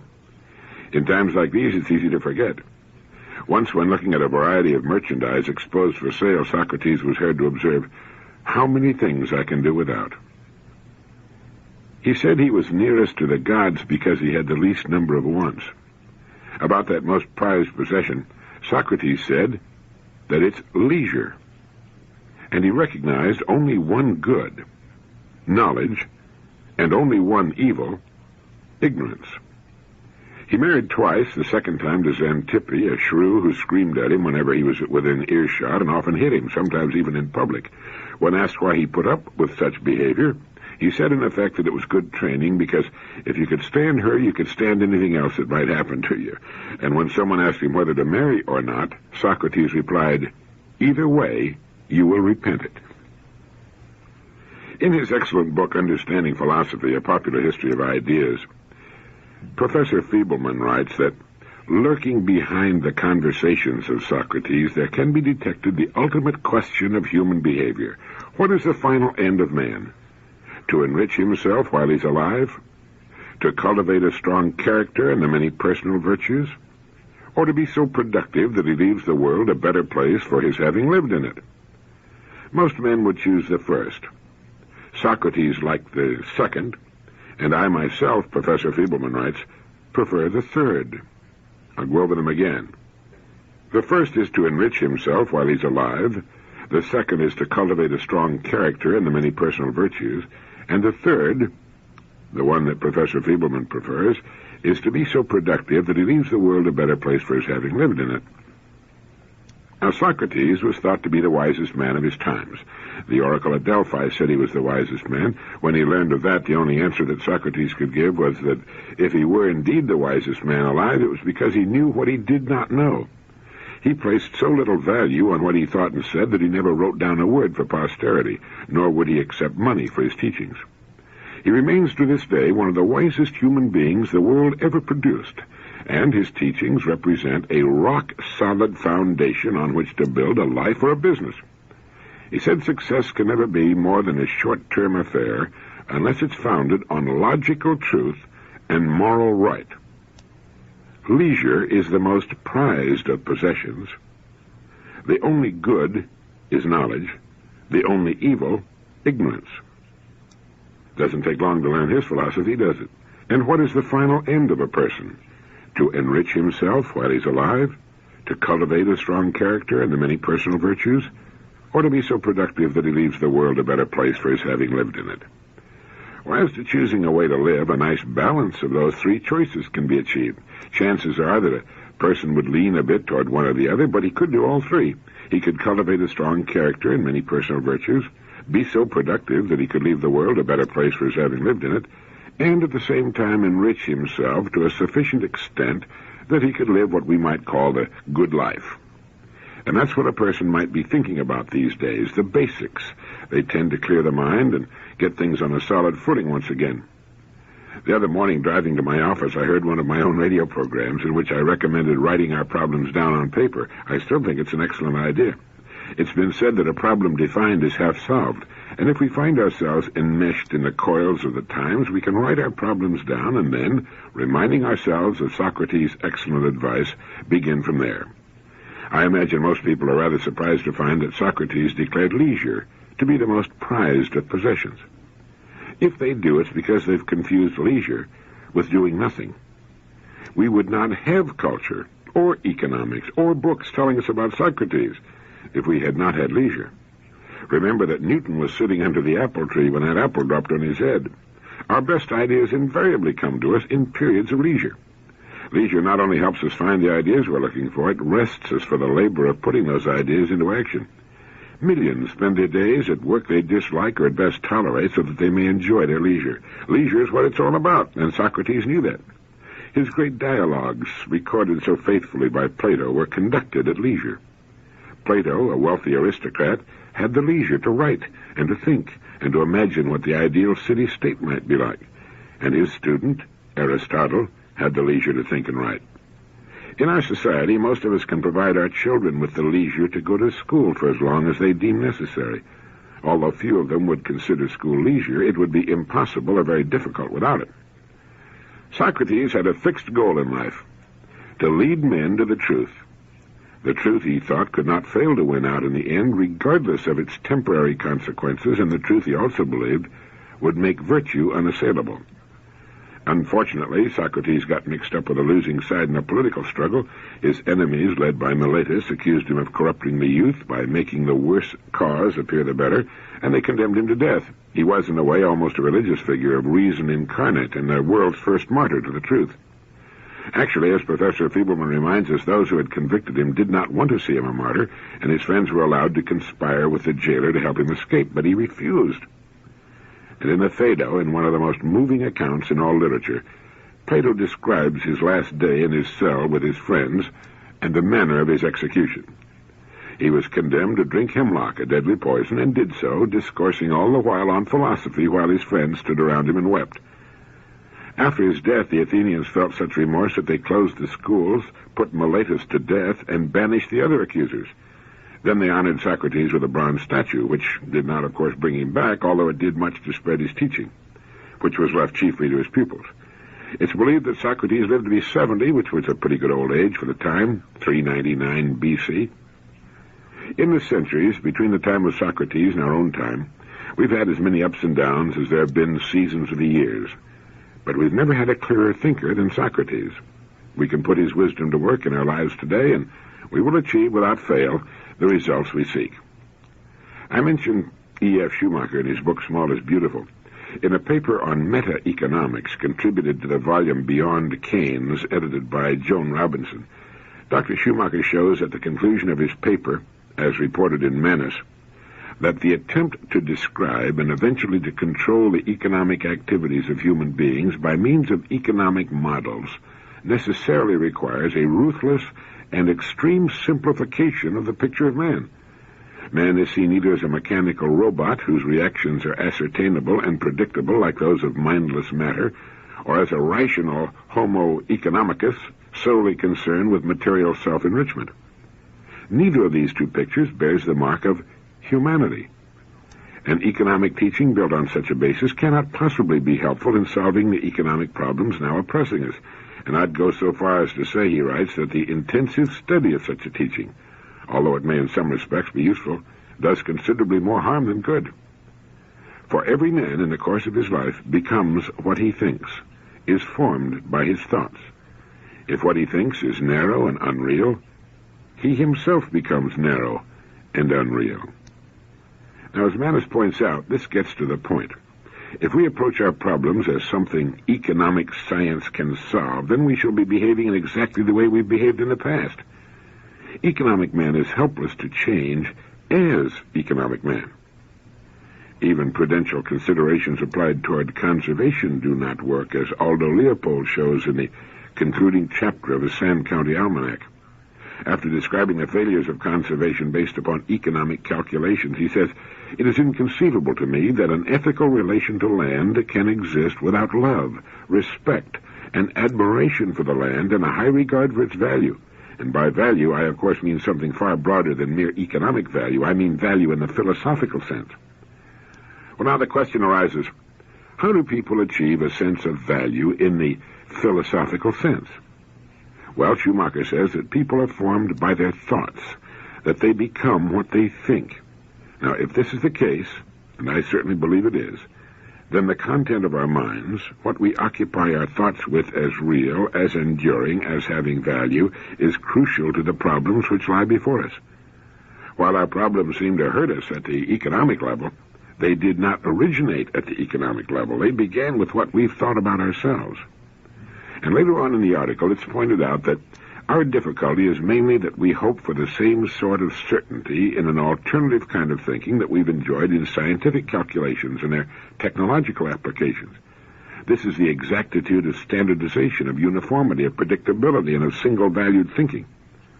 The thinking we need to adopt, little by little, is the independent thinking of individuals, without certification from any authority, guided only by those inner disciplines which, for the artist, who may here serve as a model, become his sense of limit, his recognition of fitness, his insistence upon a fineness of form. In short, by what is for us an educated voice of conscience. A company of conscientious men makes an illuminated community, and such communities are the seedbed of civilized society. We're speaking, we suppose, of what might be called a consensus of human enlightenment. How else should we speak of it? The outlook has some uniformity, but agreement is reached spontaneously, never by plan, so the advocate of philosophic reform, the man who speaks in the language of Blake, of Tolstoy, of Buddha, or Socrates, is at a serious disadvantage when invited to explain what will take the place of scientific certainty. He has no similar certainty to offer, and perhaps no ordinary certainty at all. This advocate speaks to us in the idiom of self-discovered truth. Should he try to imitate the precise language of science, he soon becomes a dogmatist, which makes him guilty of the greatest possible offense against the spirit of religion, worse by far than mere materialism, which is only honest skepticism or unbelief. Dogma is an attempt to standardize what is by nature unique, without duplicate, and unrepeatable, save at a distance in the moral ephemera of the arts. The arts do not pretend to reveal religious truth, although they may supply its most representative symbols. In the discipline of the arts, we may find suggestive analogies of what is involved in the independent pursuit of religious and philosophic truth. Little wonder, then, that the greatest of religious teachers, Buddha and Christ, refused to write anything down. They left such tasks to their less illustrious followers as a way of guarding against slavish belief. Unfortunately, such measures do not always work in the way that's desired. In his essay, Civilization and the Arts, W. McNeill Dixon gives the arts a high meaning that is seldom encountered these days, yet one with immeasurable restorative value for our impoverished civilization. He writes, "There is, as everyone knows, a province of human life, and only upon reflection do we perceive how vast, how boundless is that province, to whose interests and problems the most extensive knowledge or control of nature's machinery affords no entrance, a country upon which the bright sun of science sheds not a ray of light. It is the country of the soul. We have our affections and sympathies, we have loves and friendships, we have hopes and fears and admirations, inmates of a province of real things as broad and deep as the telescopic heavens above our heads. And of these things science never speaks. She sits above the battle and has no share in our joys and sorrows. Of good and evil, freedom and justice, science has nothing to say. The scientific vocabulary does not include such words as beauty or heroism, nobility or charm, resignation or despair, kindness or generosity, character or conduct. Not until you ponder such words do you perceive how narrow and inhuman is the view that omits them, the internal experiences with which our minds are so continuously occupied from the cradle to the grave." And Dixon used the arts to suggest our need for becoming, as Nietzsche put it, entangled in the infinities. The arts are purposefully vague, as well as naturally so, and Dixon's justification makes the conclusion of the Manus article. When you enter the temple of the arts, you enter a building dedicated to the muses, and the soul is there disturbed by a sense of how great and terrible, how strange and beautiful is this universe of ours. Make human life as trivial as you please. There remains the simple, positive, undeniable fact among other facts, the eating, drinking, walking, and talking, that we are taking part in cosmic affairs of a magnitude beyond all imagination to compass or language to express. All finite things have their roots in the infinite, and if you wish to understand life at all, you cannot tear it out of its context. All finite things have their roots in the infinite, and if you wish to understand life at all, you cannot tear it out of its context. For every man in the course of his life becomes what he thinks, is formed by his thoughts. If what he thinks is narrow and unreal, he himself becomes narrow and unreal. I think that most of the problems facing us as a species and as individuals come from too narrow a view of just what we are in the context of what the universe is. We tend to lose sight of the mystery, the awesome, unbelievable, mind-boggling mystery of it all, and become as menial clerks in a Dickens novel with eye shades sitting at high desks, totally immersed in columns of figures. We might as well be immersed in chicken tracks or mumbledy-peg. Make human life as trivial as you please. There remains the simple, positive, undeniable fact, among other facts, that we're taking part in cosmic affairs of a magnitude beyond all imagination to compass or language to express. All finite things have their roots in the infinite, and if you wish to understand life at all, you cannot tear it out of its context. I think when we think in these terms, we put culture and economics in their proper perspective. Important? Yes, certainly. But very small parts of a very large and completely incomprehensible whole. In looking at a tree, we shouldn't lose sight of the sky. In looking at a grain of sand, which is our world, we shouldn't lose sight of the endless desert about us. When we see creation in this sense, our problems, real as they are to us, shrink to their proper size, and our opportunities take on their true magnitude. Yes, we become what we think. We're formed by our thoughts. If what we think is narrow and unreal, which has to be the way most people think, we ourselves become narrow and unreal, pinched and ridiculous, insignificant and ineffectual. What are you thinking about? As human beings, it's difficult, since we tend to take ourselves for granted, to realize that we are greater than our creations, economics and all other so-called civilized artifacts. We have powers which transcend the things we've created.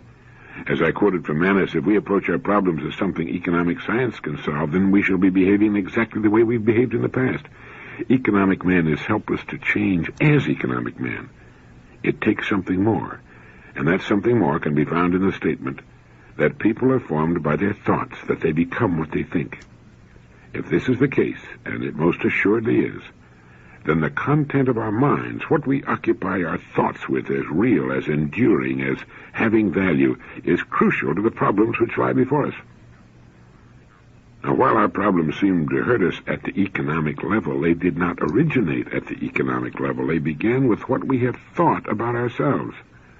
If we think of our problems and goals in strictly economic terms, if we permit that kind of thinking to dominate our minds, if we believe that kind of thinking is real and of enduring value, we're limiting ourselves to the level of our own inventions.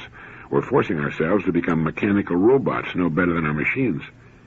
We've all known people whose lives were strictly limited to economic considerations, and we've been appalled and dismayed by how small they seem to be, how limited their horizons, how curtailed their education. They seem truncated, less than what we expect a human being to become. The secret is to be found in that statement that people are formed by their thoughts. With their habitual thoughts, they shape and form themselves as creatures, as do you and I. And in times such as those we're experiencing, as I write and speak these words, it's good to remember that our eyes, our minds should be fixed on goals worthy of us as emerging, maturing, growing human beings. We can remember the words of Socrates that success can never be more than a short-term affair unless it's founded on logical truth and moral right. There's so much to be done within the framework of truth and right. Millions are successful today within that framework, and yet they have never thought about or analyzed the real basis of their success. People who live by the numbers become numbers. People who are unaware of the mysterious nature of things, who do not seem to have what we might call a religious or philosophical nature or insight or awareness, probably seldom know the joy of creation. And by that I mean the joy that comes from creating with our minds. We can forget the times, the problems, the difficulties that appear to be everywhere, and by setting our minds on worthwhile goals, transcend the numbers and the mundane we find everywhere about us. The fact is that we don't need to know where what we seek will come from. That's economic thinking. We're above, we're bigger than that. We can pull our goals right out of the mysterium tremendum. The fact that we don't know how the mind works to translate systematically held thoughts into reality shouldn't bother us any more than any of the other mysteries by which we're perpetually surrounded. It's simply the perennial philosophy. It works. I set my mind on something I want very much to bring about. I hold that thought until it permeates my habitual thinking. Somehow that idea becomes a germinating seed, and eventually, sooner or later, and quite often much sooner than we might have believed possible, that thought becomes a reality in my life. I have become what I've thought about. I've achieved that upon which I seriously set my mind. I have extracted something from where before there was nothing but an invisible idea. We can call it magic. We can festoon it with all manner of fancy trappings. We can build temples to the mystery behind it. We can do anything we like except explain it, and if it could be explained, if it could be reduced to dogma, it would become standardized. It would no longer be unique and without duplication. And as we mentioned, little wonder then that the greatest of religious teachers, Buddha and Christ, refused to write anything down. They left such tasks to their less illustrious followers. You know, Buddha is credited with having said, "All that we are is the result of what we have thought. All that we are is founded on our thoughts and formed of our thoughts. If a man speaks or acts with an evil thought, pain pursues him as the wheel of the wagon follows the hoof of the ox that draws it. If a man speaks or acts with a pure thought, happiness pursues him, like his own shadow that never leaves him." What are we trying to build, you and I? We're involved as human creatures in organizations. The family is an organization. The company or agency or church or fraternity or profession in which we earn our way in the world is an organization. Our country is an organization. The world is an organization. What is the purpose of an organization? The primary function of any organization is to help men and women enjoy a more meaningful existence. That's all there is to it. That's the purpose of our families, our company or other organization, our country, the entire human enterprise. The primary function of any organization is to help men and women enjoy a more meaningful existence. Is your family conducted toward that end? Is your company? Is our nation? Now Dixon's great quotation takes on new meaning, doesn't it? When you enter the temple of the arts, you enter a building dedicated to the muses, and the soul is there disturbed by a sense of how great and terrible, how strange and beautiful is this universe of ours. Make human life as trivial as you please. There remains the simple, positive, undeniable fact, among other facts, the eating, drinking, walking, and talking, that we're taking part in cosmic affairs of a magnitude beyond all imagination to compass or language to express. All finite things have their roots in the infinite, and if you wish to understand life at all, you cannot tear it out of its context. If you wish to understand life at all. This is Earl Nightingale, and thank you.